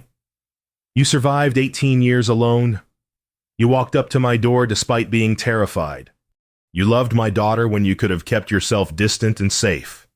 He touched her face barely, just his knuckles against her cheek. That's not weakness. That's courage. Margaret's eyes filled. I'm so scared. Me too. They stood close, not quite embracing, but connected. The kitchen was dark except for the banked fire's glow. Tell me what to do, Margaret whispered. Tell me how to be enough. You already are enough. That's what Beatrice will never understand. Daniel's voice was fierce. She measures worth by money and bloodlines, by which fork to use at dinner. But Sarah doesn't need perfect manners. She needs love, safety, joy. You give her all of that. Do I? You know you do. Margaret closed her eyes, thought of Sarah's arms around her neck, the child calling her mama without hesitation, the drawing labeled family. She thought of this kitchen, warm and alive again, of bread rising, coffee brewing, laughter echoing off these walls. She thought of Daniel saying, I need you, and meaning it. I'll stay, she said finally. Through Beatrice's visit, through whatever comes after. I'll stay and fight for this family. Daniel's exhale was shaky with relief. Thank you. But Daniel, yes, if she takes Sarah, if she wins. Margaret opened her eyes, looked at him squarely. Promise me you won't let Sarah forget that she was loved here, that she had a home. She'll always have a home here. Daniel's voice broke. Even if she's in Boston, this will always be her home. You'll always be her. He stopped. The word hung between them, unspoken but understood. Mother. We'll make her remember, Daniel said instead. We'll fill these next days with so much love, so much joy, that even if Beatrice takes her, Sarah will carry it with her. She'll know what family feels like, what home means. Margaret nodded, unable to speak. Daniel pulled her into his arms, then proper, close, real. His chin rested on the top of her head. She felt his heart hammering against her cheek. I won't let her take our girl without a fight, he murmured into her hair. I promise you that. Our girl. Margaret's arms came around his waist, holding on. They stood like that until the fire died to embers and the night grew cold around them. Tomorrow they'd explain to Sarah. Tomorrow they'd prepare for Beatrice's arrival. Tomorrow they'd start the battle for their family. But tonight, they held each other in the darkness and pretended courage was enough to win wars. Upstairs, Margaret unpacked her carpet bag, the one she'd unconsciously packed after reading the letter, set her spare dresses back in the small wardrobe, hung her apron on its hook. She'd almost run, had been ready to disappear again, the way she always had when things got hard. But Daniel had stopped her, had asked her to stay, to fight. She opened her journal, wrote by lamplight December 20th, 1884. Beatrice Ashford is coming to judge us, to decide if I'm fit to help raise Sarah. She'll find me lacking, I already know it. I'm everything refined Boston society despises poor, plain, uneducated. But Daniel asked me to stay, to stand with him, to let him defend our family, our family. He called Sarah our girl. I'd as if I have claim to her, as if I belong. I'm terrified Beatrice will tear this apart. But I'm staying anyway, because running would hurt worse than losing. At least this way. I'll have tried. At least Sarah will know I loved her enough to fight.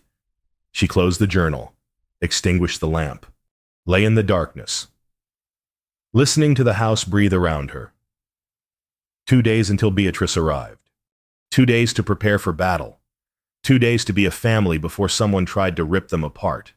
Margaret closed her eyes and prayed wordless, desperate that love would be enough, even though she knew, in her bones, it probably wouldn't be. Christmas Eve. Truth Margaret woke on December 23rd, with dread sitting heavy on her chest. Today Beatrice would arrive. Today judgment would begin. She dressed carefully in her best dress, the brown cotton Daniel had bought, pinned her hair with extra care, scrubbed her face until her cheeks were pink. It wouldn't make her beautiful, but at least she'd be clean. Presentable? Invisible. A voice whispered, "You'll still be invisible to someone like Beatrice Ashford." Downstairs. Daniel was already at the table, coffee untouched, staring at nothing. He'd shaved, put on his Sunday shirt, dark blue wool, pressed, trying to look like the kind of father who provided properly. "Morning," Margaret said softly. He looked up. His eyes were hollow. "Morning." Sarah appeared. Subdued. No chatter today. She wore her best dress, the blue calico Margaret had made. Her hair was braided tight, ribbon tied perfectly. They looked like a family preparing for inspection. Which, Margaret supposed. They were. Breakfast was silent. Margaret made eggs and biscuits, but no one ate much. Sarah pushed food around her plate. Daniel drank coffee mechanically. "When will she be here?" Sarah asked finally. "Stage arrives at 11. Daniel said, "I'll meet her in town. Bring her here." "Does she have to come?" Sarah's voice was small. "Yes, sweetheart. She's your aunt. She wants to see you." "No, she doesn't." Sarah's eyes filled. "She wants to take me away." Daniel's face crumpled. He pulled Sarah onto his lap, held her tight. "I won't let that happen. But what if she makes you? What if the judge says I have to go? Then I'll fight harder." Sarah buried her face in his shoulder. "I don't want to leave Miss Margaret. I don't want to leave home." Margaret turned away, gripping the edge of the wash basin, her vision blurred. "Papa," Sarah's voice was muffled. "If I have to go, will Miss Margaret come visit me?" The question broke something in Margaret's chest. She couldn't answer, couldn't turn around. "Let's not talk about that," Daniel said roughly. "It's not going to happen." But they all knew it might. Daniel left at 10:30 to meet the stage. Margaret and Sarah cleaned the already clean house, dusted furniture that had no dust, swept floors that didn't need sweeping, anything to keep moving, to not think about what was coming.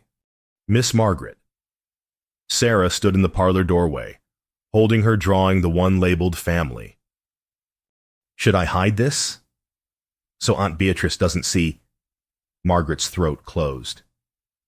She knelt beside the child. "Why would you hide it?" "Because she'll be mad that I drew you as my mama." Sarah's chin trembled. "She'll say it's wrong." Margaret touched the drawing gently. 3 figures.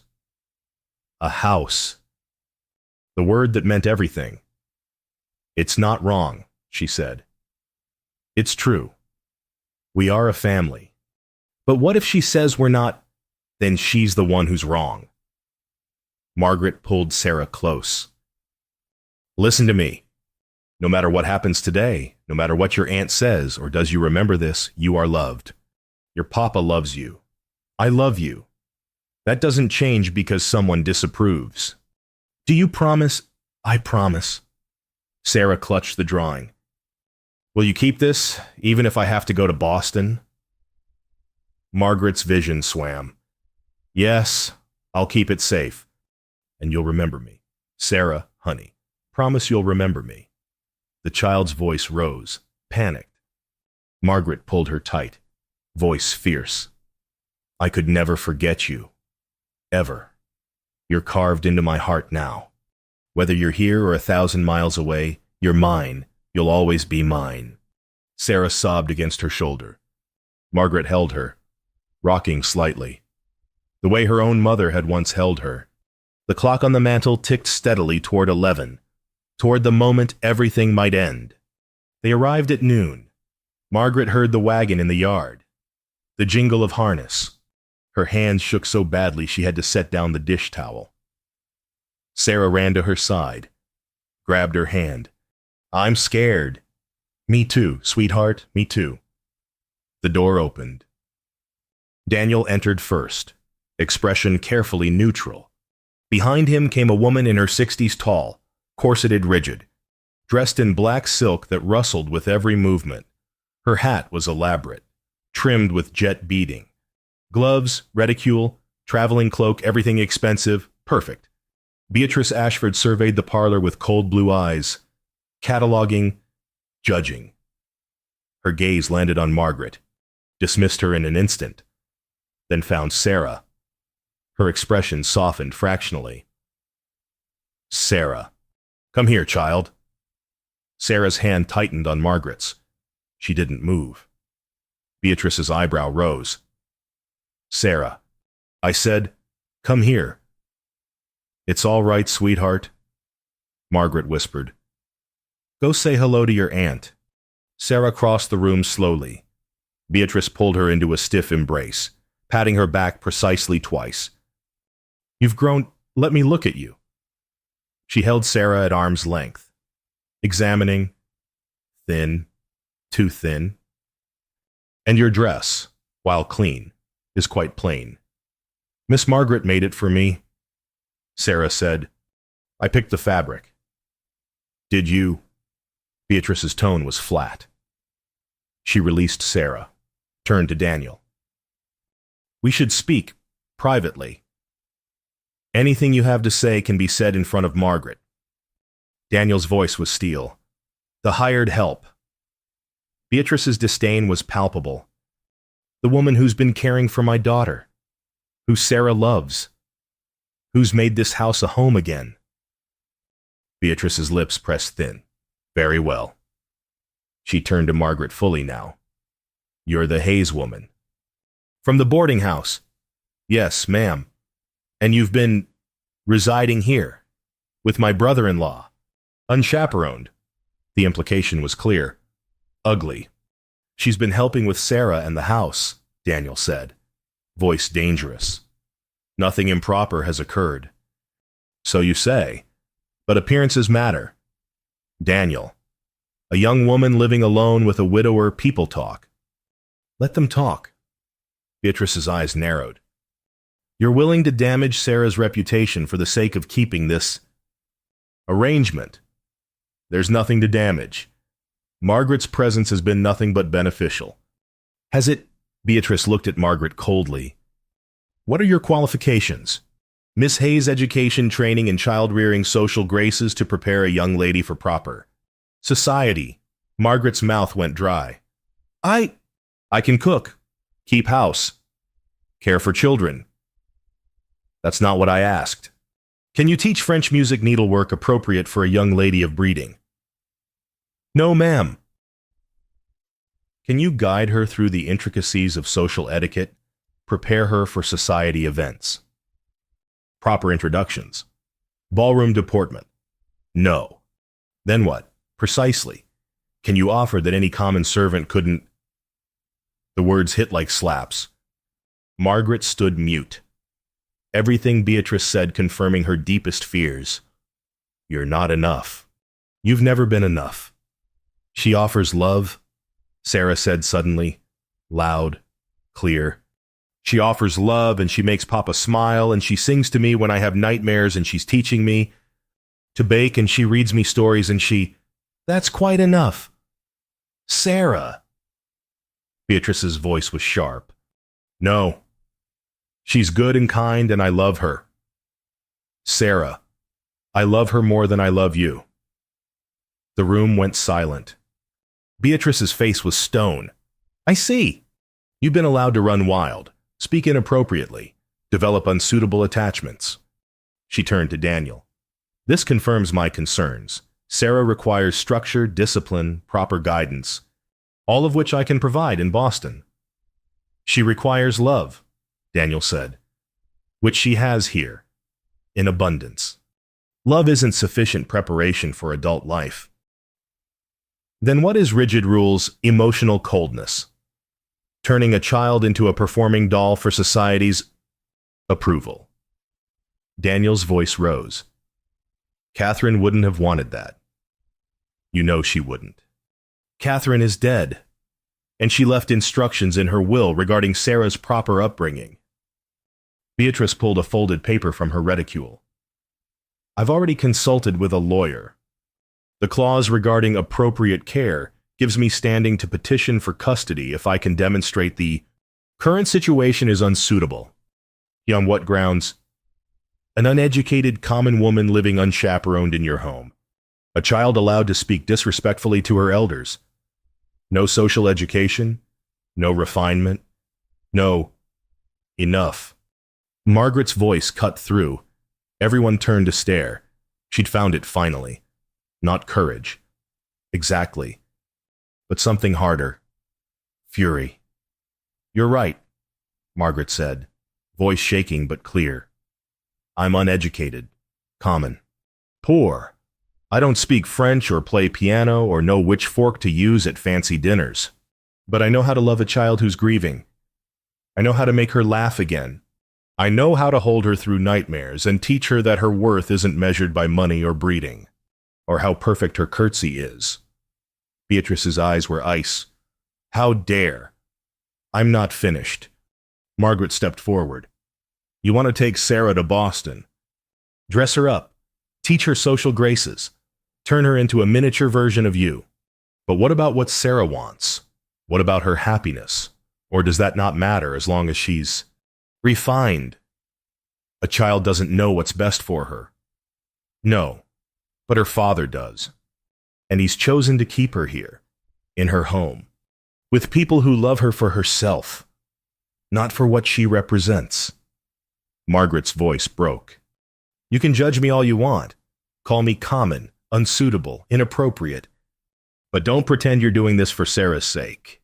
You're doing it because you can't stand that Daniel chose to move forward, that we've become a family without your approval. Beatrice drew herself up. You overstep. Miss Hayes. Maybe, but at least I'm honest about what I am. Margaret met her eyes steadily. Can you say the same? The silence was crushing. Then Daniel moved.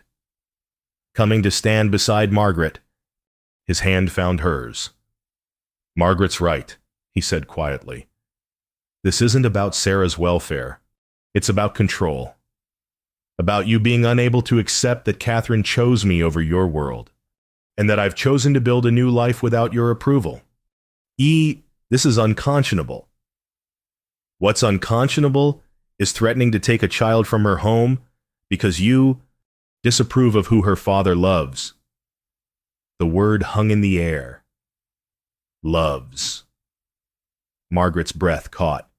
Daniel's hand tightened on hers. Beatrice looked between them, understanding dawning. Her face hardened. I see, so it's like that. Is it? Yes, Daniel said. It is. I love Margaret. I'm going to ask her to marry me, to be Sarah's mother legally, not just in practice. And if you try to take my daughter, I'll fight you in every court in Montana and beyond. Margaret couldn't speak, couldn't breathe. Daniel you're making a grave mistake. Beatrice said coldly, no, I made a mistake by letting my grief paralyze me for a year, by not fighting back when you first tried to claim Sarah. But I'm fighting now. He pulled Margaret closer. We're fighting. Together. Beatrice stared at them for a long moment. Then she turned to Sarah, who stood watching with wide, tear-stained eyes. Child, do you understand what this means? Your father intends to replace your mother with this woman. Sarah's chin came up. Miss Margaret isn't replacing Mama. She's being my new Mama. That's different. Is it? Yes. Sarah crossed to them, took Margaret's free hand. Mama died. I was sad for a long time. Papa was sad. We were all sad and cold and lonely. Then Miss Margaret came and it got warm again. That's not replacing. That's just not being sad forever. Out of the mouths of babes, Beatrice's expression flickered just for a moment. Something human beneath the ice. Pain. Maybe. Or recognition. She looked at Sarah for a long moment, then at Daniel and Margaret. Hands clasped. Finally. She sighed. Catherine said something to me. Before she died. Her voice was quieter now. She said, "Don't let them be alone. Make sure Daniel finds someone to love him again. Make sure Sarah knows joy." I told her she was being morbid, that she'd recover. But she knew. She looked away, blinking rapidly. I came here to find fault, to find justification for taking Sarah. Because I loved my sister and I can't.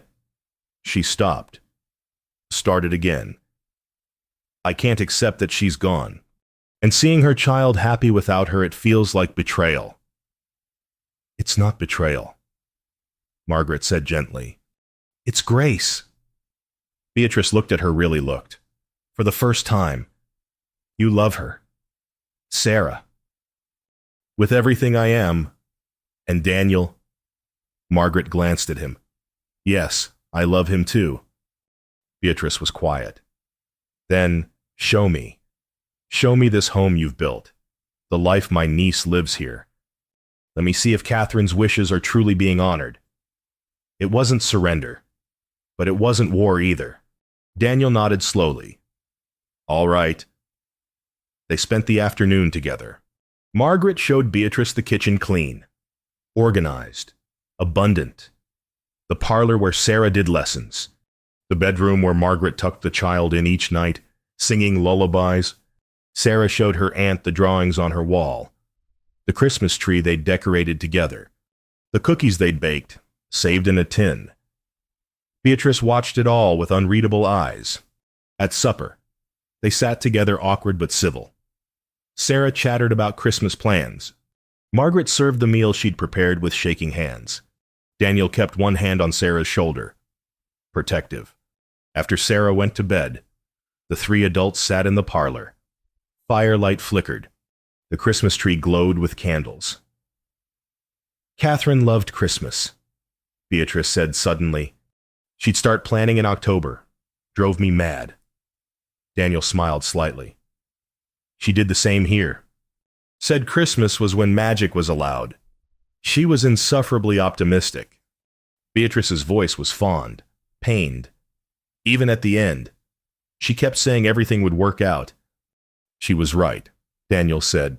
Eventually, Beatrice looked at him, then at Margaret. You're not what I expected. I know. You're not refined, not educated, not pretty, Margaret finished. I know that too. But you love them. I can see that. Beatrice sighed. And Sarah is happy, genuinely happy. I haven't seen that spark in her eyes since before Catherine died. Hope bloomed in Margaret's chest. I'm not giving you my blessing, Beatrice said firmly. I still have concerns, but... She looked at Sarah's drawing on the mantel, the one labeled family. I won't petition for custody. Not now. Not unless I see evidence that Sarah's welfare is truly compromised. Daniel exhaled shakily. Thank you. Don't thank me. I'm doing this for Catherine and for Sarah. She stood. I'll stay through Christmas. Assess the situation further. Then I'll return to Boston. But I expect regular letters, updates on Sarah's education and welfare. Of course. She left for the guest room. Daniel and Margaret sat in silence. Then Daniel pulled her into his arms, held her so tight she could barely breathe. We did it, he whispered. We fought and we won. Not won, Margaret said. Just not lost. Not yet. It's enough. He pulled back, cupped her face. Margaret, what I said earlier, about loving you. I meant it. Her heart hammered. Daniel, I know this is fast. I know it's complicated. But I need you to know I love you too. The words tumbled out. I've been terrified to say it. But I do. I love you and Sarah and this life we're building. His eyes closed. When they opened, they glistened. Then stay. Not as hired help, not as temporary. Marry me. Be Sarah's mother. Be my wife. Be part of this family permanently. Margaret's vision blurred. Yes. Yes. Yes. I'll marry you. Yes to all of it. He kissed her then tender, reverent. First kiss that promised forever. When they broke apart, both were crying. Merry Christmas, Daniel whispered. Margaret laughed through tears. It's not Christmas yet. Close enough. They held each other by the dying fire, the Christmas tree glowing beside them, the house warm and alive around them. Tomorrow Beatrice would stay. Tomorrow they'd prove themselves worthy. But tonight, they'd won something precious, the right to fight for their family, and the courage to believe they might win. Christmas morning, Margaret woke to Sarah's shriek of joy. She bolted upright in her rope bed, heart hammering. Then she heard it laughter, running footsteps. Daniel's deep voice saying something that made Sarah giggle wildly. Christmas morning. She dressed quickly in the green wool dress Daniel had bought, the one she'd been saving for something special. Pinned her hair with care, took a breath to steady herself.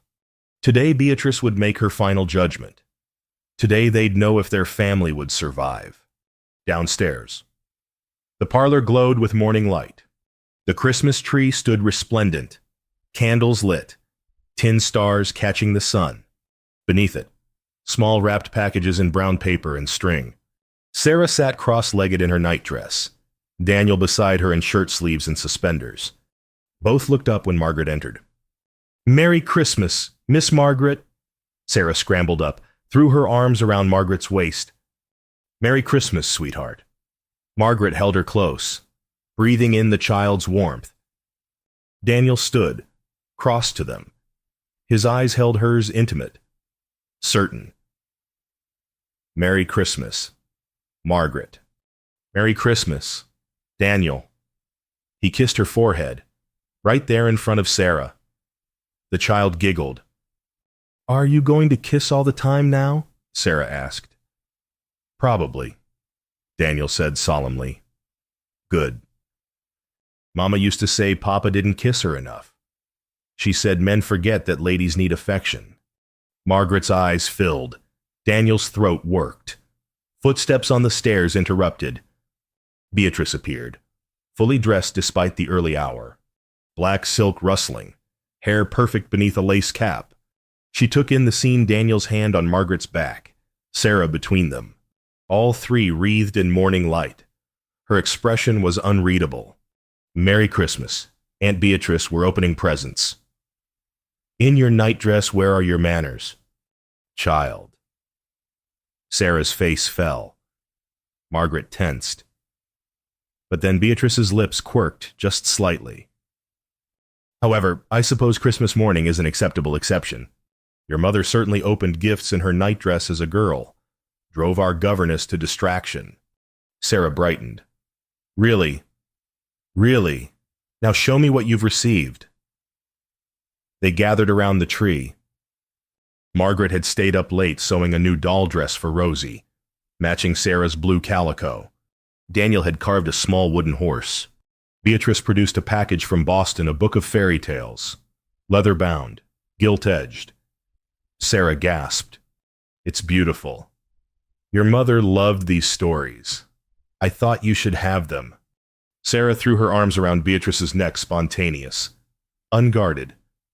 The older woman stiffened, then slowly, carefully, embraced her back. Margaret saw it then, the crack in Beatrice's armor. Not much, but enough. Daniel handed Margaret a small box wrapped in fabric. For you. Inside was a brooch, simple silver, shaped like a pine branch. Nothing expensive, but clearly chosen with care. It's lovely, Margaret whispered. Thought you should have something to mark the day. His eyes held meaning.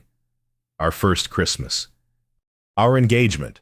Margaret pinned it to her dress with trembling fingers. I made you something too.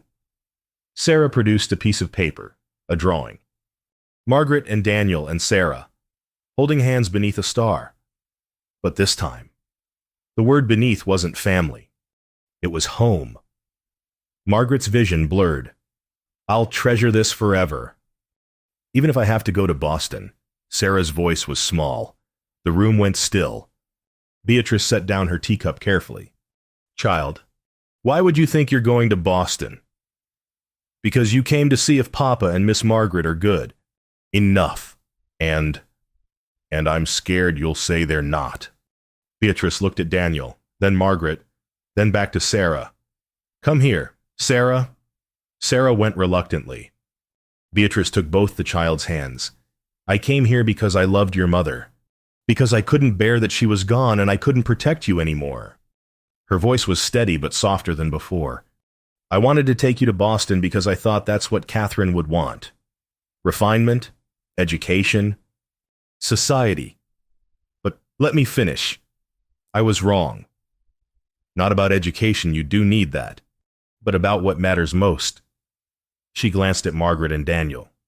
Your mother's last words to me were, make sure they're happy. Not make sure they're proper, or make sure Sarah marries well, just happy. She took a shaky breath. And you are happy here. I can see it. Sarah's eyes widened. So I can stay? Yes, you can stay. Sarah launched herself at Beatrice, nearly knocking her over. The older woman laughed a sound like breaking ice, harsh from disuse but genuine. Daniel's arm came around Margaret, pulling her close. She leaned into him, shaking with relief. They'd won. They'd actually won. Breakfast was a feast. Margaret had prepared everything the night before: cinnamon rolls, scrambled eggs with cream, bacon, fresh bread with butter and raspberry preserves, coffee for the adults, warm milk with honey for Sarah. They ate together at the kitchen table, all four of them. Conversation flowed easier now, the tension from yesterday dissipating. What are your plans? Beatrice asked Daniel. For Sarah's education. Her future. There's a school in town. Sarah can attend when weather permits. I'll hire a tutor for winter months. He glanced at Margaret. And Margaret's teaching her reading, writing, arithmetic, baking, sewing, practical skills. What about music, languages, art? I can teach her some German, Margaret offered. Songs, basic conversation. My mother made sure I learned. Beatrice nodded slowly. And refinement, social graces. She's 6, Daniel said. She needs to know kindness more than she needs to know which fork is which. Fair enough. But when she's older, we'll see what interests her.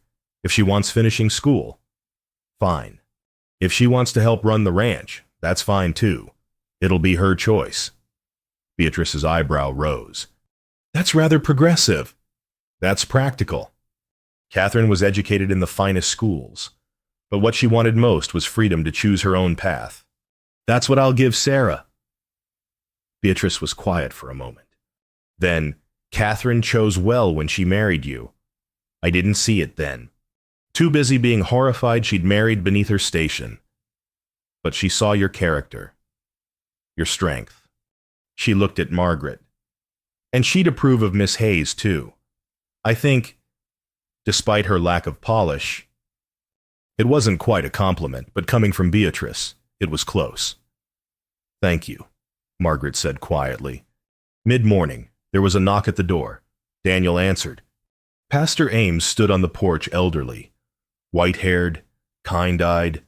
Behind him, several townspeople, Mr. Brennan from the general store, a rancher named Carlson and his wife, the school teacher Miss Henderson, and Mrs. Calhoun, Mrs. Pierce. Margaret's stomach dropped. Morning, Daniel. Pastor Ames smiled. We heard Mrs. Ashford was visiting from Boston. Thought we'd pay respects. Welcome her proper. But his eyes flicked to Margaret. Concerned. This wasn't just a social call. Daniel's jaw tightened. Come in. I suppose. They filed into the parlor. Beatrice appeared. Every inch the Boston matriarch, introductions were made. Tea was offered. Margaret's hands shook pouring it. Conversation was pleasant at first. Weather. Christmas blessings. Polite inquiries about Boston. Then Mrs. Calhoun struck. Mrs. Ashford, you must be quite concerned about Sarah's situation here, with that woman living under the same roof as a widower, unchaperoned. The room went silent. Beatrice's eyes went cold. That woman, Miss Hayes, the laundress. Mrs. Calhoun's voice dripped false concern. I'm sure you understand our worry. A child needs proper feminine influence, someone of breeding and education. Not someone common, Beatrice finished. Someone plain, someone whose family didn't have money. Mrs. Calhoun blinked. Well, I wouldn't put it quite. How would you put it? Then speak plainly. Mrs. Calhoun flushed. Sarah Thornton is Catherine's daughter. Catherine was refined, educated, a lady of quality. This Miss Hayes she's nothing. No family, no education, no position. She's unsuitable to raise a child of Sarah's background. I see. Beatrice set down her teacup with a precise click. Tell me, Mrs. Calhoun, when Catherine was dying, were you there? That's not. Were you there holding her hand, comforting her, easing her pain? No, but then perhaps you shouldn't speak of what she would want. Beatrice's voice was steel. I was there, and I know exactly what my sister wanted. Mrs. Pierce leaned forward. Surely you agree. Mrs. Ashford, Miss Hayes is inappropriate. A scandal waiting to happen. The girl should be removed to Boston where she can be properly raised. Should she? Beatrice stood, drew herself up to full height. Tell me something. All of you who've been so concerned about my niece's welfare, where were you this past year? When Daniel was drowning in grief? When Sarah stopped speaking?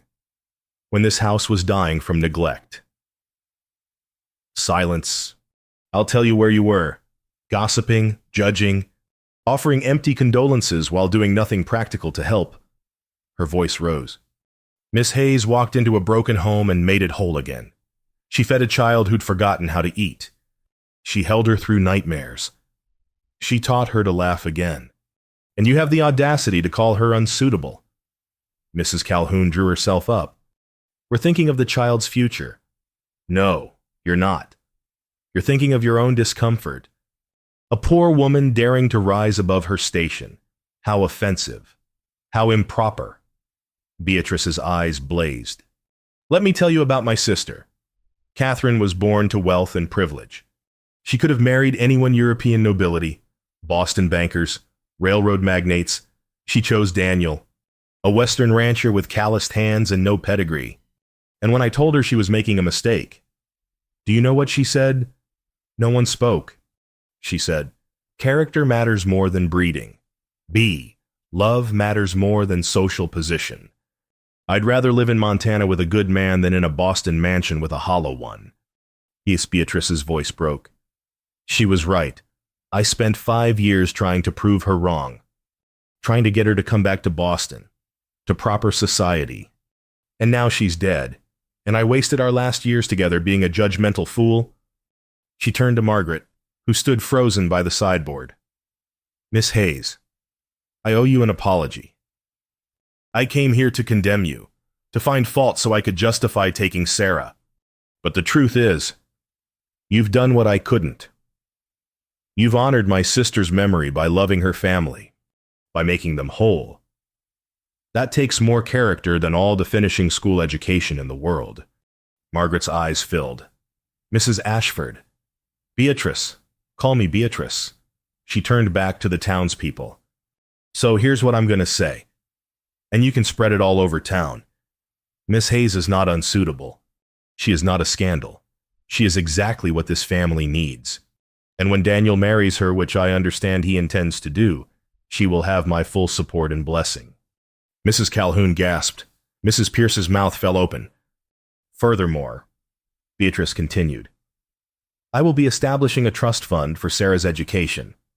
She will attend the finest schools when she's ready, if she chooses. But until then, she will remain here, in her home, with her father and her new mother. And if any of you try to interfere, you'll answer to me and the Ashford family lawyers. Are we clear?" Pastor Ames was smiling. "Crystal clear. Mrs. Ashford." Mr. Brennan nodded. "Couldn't agree more." The Carlsons murmured approval. Mrs. Calhoun and Mrs. Pierce stood abruptly. "Well, this is highly irregular." "Then leave," Daniel said flatly. "This is my home. Margaret is my future wife. If you can't respect that, the door's right there." They left in a flurry of rustling skirts and offended huffs. The moment the door closed, Sarah squealed and launched herself at Beatrice. "You defended Miss Margaret." "Of course I did. She's family now." Beatrice patted Sarah's back awkwardly. "And family protects family, even when they're not blood." Daniel crossed to Margaret, took her hands. "Are you all right?" Margaret couldn't speak, could only nod, tears streaming. Pastor Ames cleared his throat. "Daniel, if you're serious about marrying Miss Hayes, I'm available to perform the ceremony. Anytime you'd like." Daniel looked at Margaret. "How about New Year's Day, start the year right?" "Yes," Margaret whispered. "Yes, please." Sarah danced around them. "We're having a wedding. Can I wear my blue dress? Can I throw flowers? You can do whatever you want." "Sweetheart," Daniel said, but his eyes never left Margaret's face. The remaining visitors offered congratulations, then departed tactfully. Soon it was just the four of them again: Daniel, Margaret, Sarah, and Beatrice. "I should go pack." Beatrice said, "The stage leaves tomorrow." "You could stay," Daniel offered. "For the wedding?" Beatrice hesitated. Then, "No, this is your beginning. You don't need me hovering. But I'll return in the spring, to visit, if that's acceptable." "More than acceptable." Margaret said, "You'll always be welcome here. Beatrice." The older woman's eyes glistened. "Thank you. That means more than you know." That evening, after Beatrice retired and Sarah was asleep, Daniel and Margaret stood on the back porch, watching stars emerge. "Did today really happen?" Margaret asked. "Did Beatrice really defend me to the whole town?" "She did." Daniel pulled her close. "You heard her.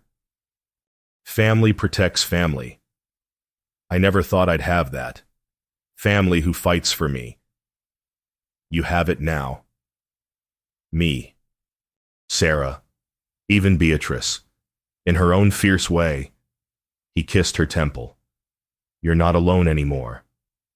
Margaret, you never will be again." She turned in his arms, looked up at him. "I love you. I don't think I've said it enough. You show it every day. The way you care for Sarah. The way you've made this house a home. The way you stood up to Beatrice yesterday." He cupped her face. "You're the strongest person I know. I'm terrified." "Of what?" "Waking up and finding this was all a dream." Daniel kissed her long, deep, real. When he pulled back, both were breathless.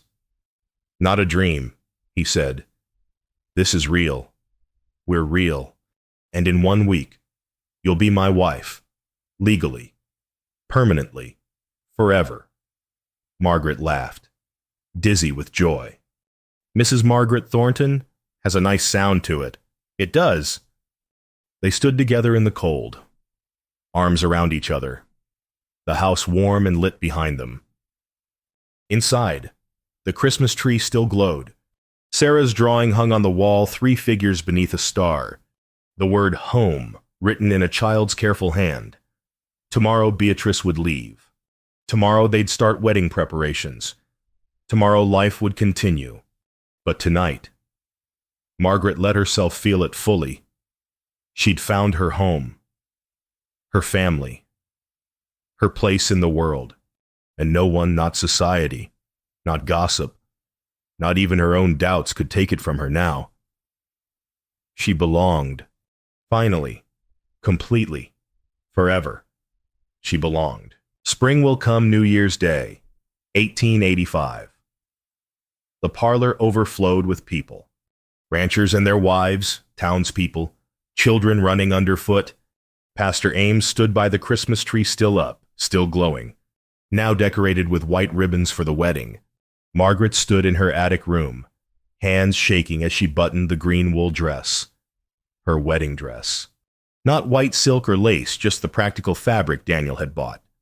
But she'd trimmed the collar with ribbon, pinned a sprig of dried rosemary to her bodice. Remembrance, Catherine had said. For those who came before. For those who made this moment possible. A knock. Sarah entered, wearing her blue calico, hair braided with white ribbons. Papa says it's time. The child's eyes were huge. Are you scared? Terrified, Margaret admitted. Why you love Papa? Papa loves you. That's all that matters. Margaret knelt, took Sarah's hands. You know this means I'll be your mother, truly, legally. I know. Sarah's smile was radiant. I've been practicing writing my name with you as my mama. Sarah Thornton, daughter of Daniel and Margaret Thornton. See how nice it sounds. Margaret's throat closed. It sounds perfect. Will you have babies? I'd like a brother or sister. Margaret laughed through tears. We'll see, sweetheart. Well, hurry up. I'm 6 already.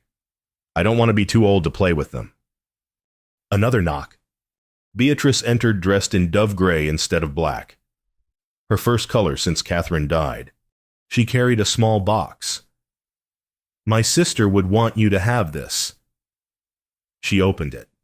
Inside, a simple gold locket on a delicate chain. It was our mother's. Catherine wore it on her wedding day. I'd like you to wear it today. Margaret's hands trembled as Beatrice fastened it around her neck. I don't know what to say. Say you'll be happy. Say you'll love my niece and nephew when he or she arrives. Beatrice's eyes twinkled. With the same fierce devotion you've shown Sarah. That's all I ask. I will. I promise. Beatrice nodded, satisfied. Then let's get you married. Margaret descended the stairs on Beatrice's arm, an unexpected honor, but one that felt right. The older woman had become an unlikely ally, a bridge between Margaret's future and Catherine's past. The parlor hushed, every eye turned, but Margaret only saw Daniel. He stood by the Christmas tree in his Sunday best dark wool suit, white shirt pressed with care, hair combed back, his eyes locked on hers, shining with something that made her breath catch. Love. Pure, uncomplicated, real. She crossed to him. Beatrice placed Margaret's hand in Daniel's, squeezed both their hands once, then stepped back. Pastor Ames opened his worn Bible. Dearly beloved, we are gathered here in the sight of God and these witnesses. The words washed over Margaret. She heard them distantly, promises, vows, covenant. But what she felt was Daniel's hand, warm and strong. What she saw was Sarah standing beside them, holding a bouquet of dried flowers tied with ribbon.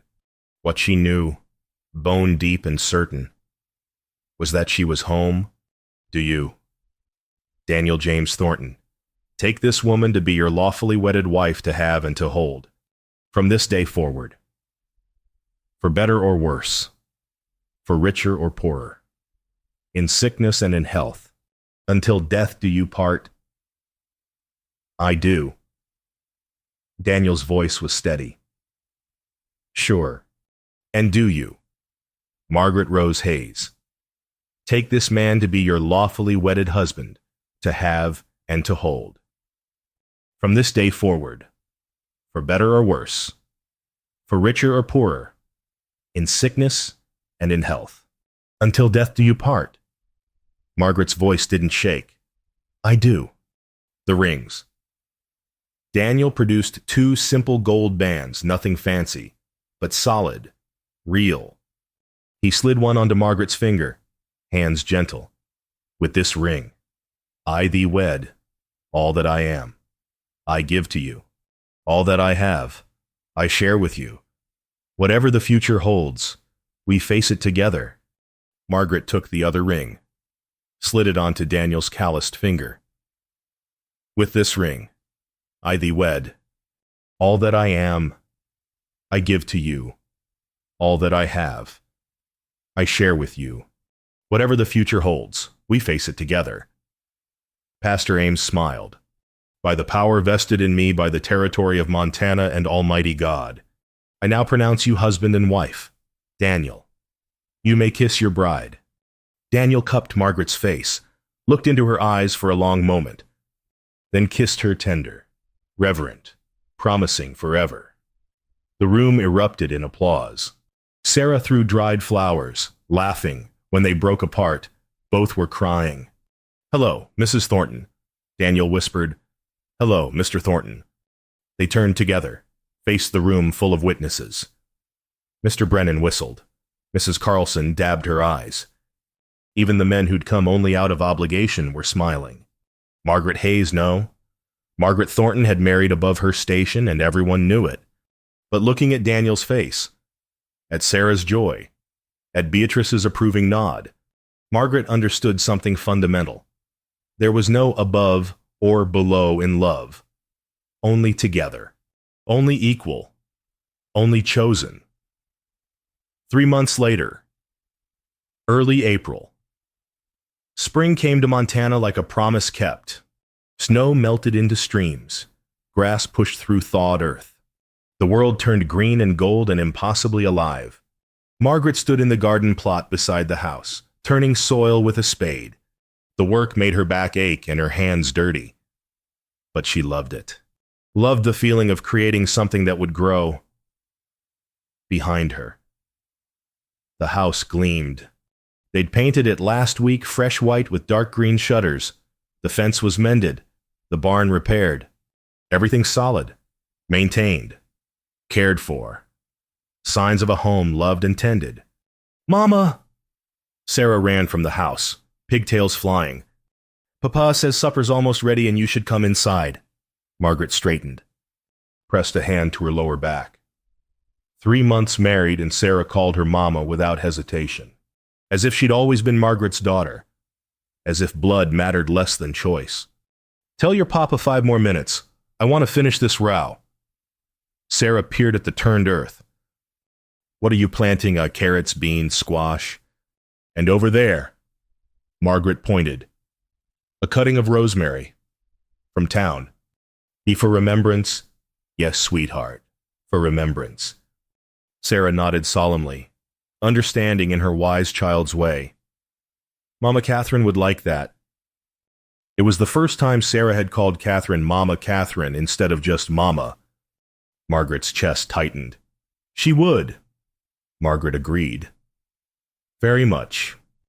Do you think she's happy that you married Papa? Margaret set down the spade, knelt in the dirt.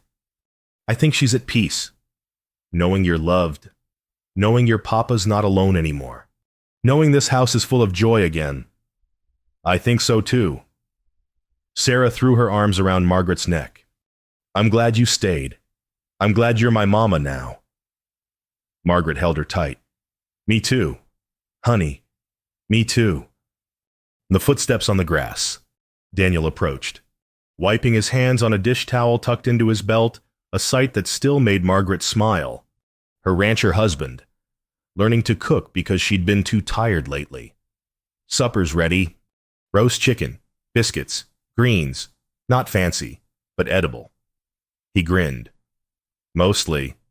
Margaret stood, brushed dirt from her skirts. I'm sure it's wonderful. It's burned on the bottom, but I scraped it off. That counts as wonderful, right? She laughed, took his offered hand.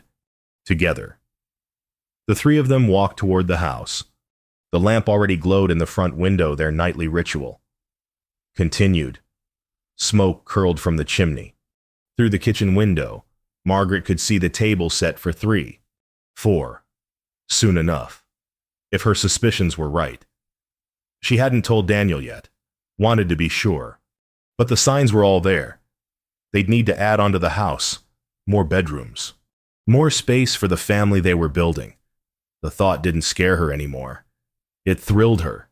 After supper, which was indeed slightly burned but delicious anyway, they sat on the front porch. Sarah played with her doll in the yard. Daniel and Margaret rocked in chairs he'd built last month. Letter came today. Daniel said, "From Beatrice. Oh, she's coming in June. Bringing a tutor for Sarah, young woman, educated. Someone to help with reading and arithmetic over the summer." Margaret smiled. "She's interfering again. Lovingly interfering. There's a difference." Daniel took her hand. "She also sent money. For the baby." Margaret's breath caught. "How did she? She's sharp." "Noticed you weren't drinking coffee last time she visited. And that you were tired." She guessed. He turned to her. Eyes tender. "Is it true?" Margaret nodded. Unable to speak. Daniel's face transformed. "When October? I think maybe November." He pulled her from her chair, wrapped her in his arms, buried his face in her hair. "A baby. We're having a baby. Are you happy?" "Happy, Margaret. I'm—" He pulled back. Eyes wet. "I'm terrified and thrilled and grateful all at once." "Me too." "Does Sarah know?" "Not yet." "I wanted to tell you first. We should tell her. Together." They called Sarah over. She came running, always running now, so full of energy it exhausted Margaret just watching. "What is it? Are we having cake?" Daniel laughed. "No. Better than cake." "Nothing's better than cake." "This is—" He glanced at Margaret, who nodded. "Sarah, how would you feel about being a big sister?" Sarah's eyes went wide. "You mean there's a baby?" "There will be. In the fall." Sarah shrieked so loud the horses in the barn whinnied. She launched herself at Margaret, nearly knocking her over. "A baby, can I help take care of it? Can I teach it things? Can I hold it?" "Yes to all of it," Margaret said, laughing through tears. "You'll be the best big sister." Sarah danced around the yard, singing nonsense about babies and sisters and families. Daniel pulled Margaret close. "Thank you." "For what?" "For this. All of it. For saying yes when I asked you to stay. For loving Sarah. For loving me. For building this life with me." His voice broke. "For making me believe in second chances. You gave me my first chance." Margaret said, "No one ever chose me before. You did. You and Sarah. You changed everything. So did you." They stood together, watching Sarah dance in the twilight. The sky turned gold and pink. Stars began appearing cold and distant but beautiful. Behind them, the house glowed, warm and solid and full of life. The lamp in the window burned steady. "Home welcomes you," Catherine had said, and so it did. Margaret Thornton, wife, mother. Woman no longer invisible, stood on her own front porch and felt the weight of belonging. She'd spent 18 years believing she wasn't enough, believing no one would choose her, keep her, love her. She'd been wrong. Later, much later, Margaret stood in her bedroom, no longer the attic space, but the room that had been Catherine's, Daniel's room. Their room now. She opened her journal, the same one she'd carried from the boarding house. Dipped her pen in ink, wrote by lamplight April 15th, 1885. "We're having a baby. I told Daniel today. He cried. Sarah danced. I am so full of joy I can barely contain it. 3 months ago, I stood at the iron gate of this house, whispering that I wasn't pretty, wasn't enough. Daniel said that was fine, he needed honest, not fancy. He chose me anyway, loved me anyway, made me his wife, made me Sarah's mother, made me part of this family. And now we're growing, adding another life to this home. I used to think happiness was for other people. People who were beautiful, worthy, deserving. But I've learned something. Happiness isn't about deserving. It's about choosing, about showing up, about letting yourself be loved even when you're terrified. I showed up. I stayed. I loved them back. And now I have everything I never let myself dream of: a husband who looks at me like I'm beautiful, a daughter who calls me mama, a baby growing inside me, a home that's mine, not temporary, not borrowed, mine. I am Margaret Thornton, and I am finally, completely, joyfully home. She closed the journal, looked out the window at the Montana night, vast, dark, full of stars. Somewhere, she thought, Catherine was at peace, knowing her daughter was loved, knowing her husband had found joy again, knowing this house remembered how to breathe. Downstairs, Daniel was banking the fire. Sarah was asleep, arms around her doll. The lamp still glowed in the window. And in the garden, the rosemary cutting Margaret had planted would take root, would grow green and fragrant, would bloom year after year, a living reminder. Some things are lost, but new things grow. Some hearts break, but they mend stronger. Some people leave, but others stay, and sometimes rarely, preciously. Miraculously, plain girls with nothing to offer but honest hearts find themselves chosen anyway, loved anyway, home anyway. Margaret extinguished the lamp, climbed into bed beside her husband. He pulled her close, hand resting on her still flat belly where their child grew. "Love you," he murmured, half asleep. "Love you too." Outside, the Montana wind whispered through new grass. Spring had come, just as promised. The long winter was over, and Margaret Thornton, once invisible, once forgotten, once certain she'd never be enough, closed her eyes and slept, deeply, peacefully, home.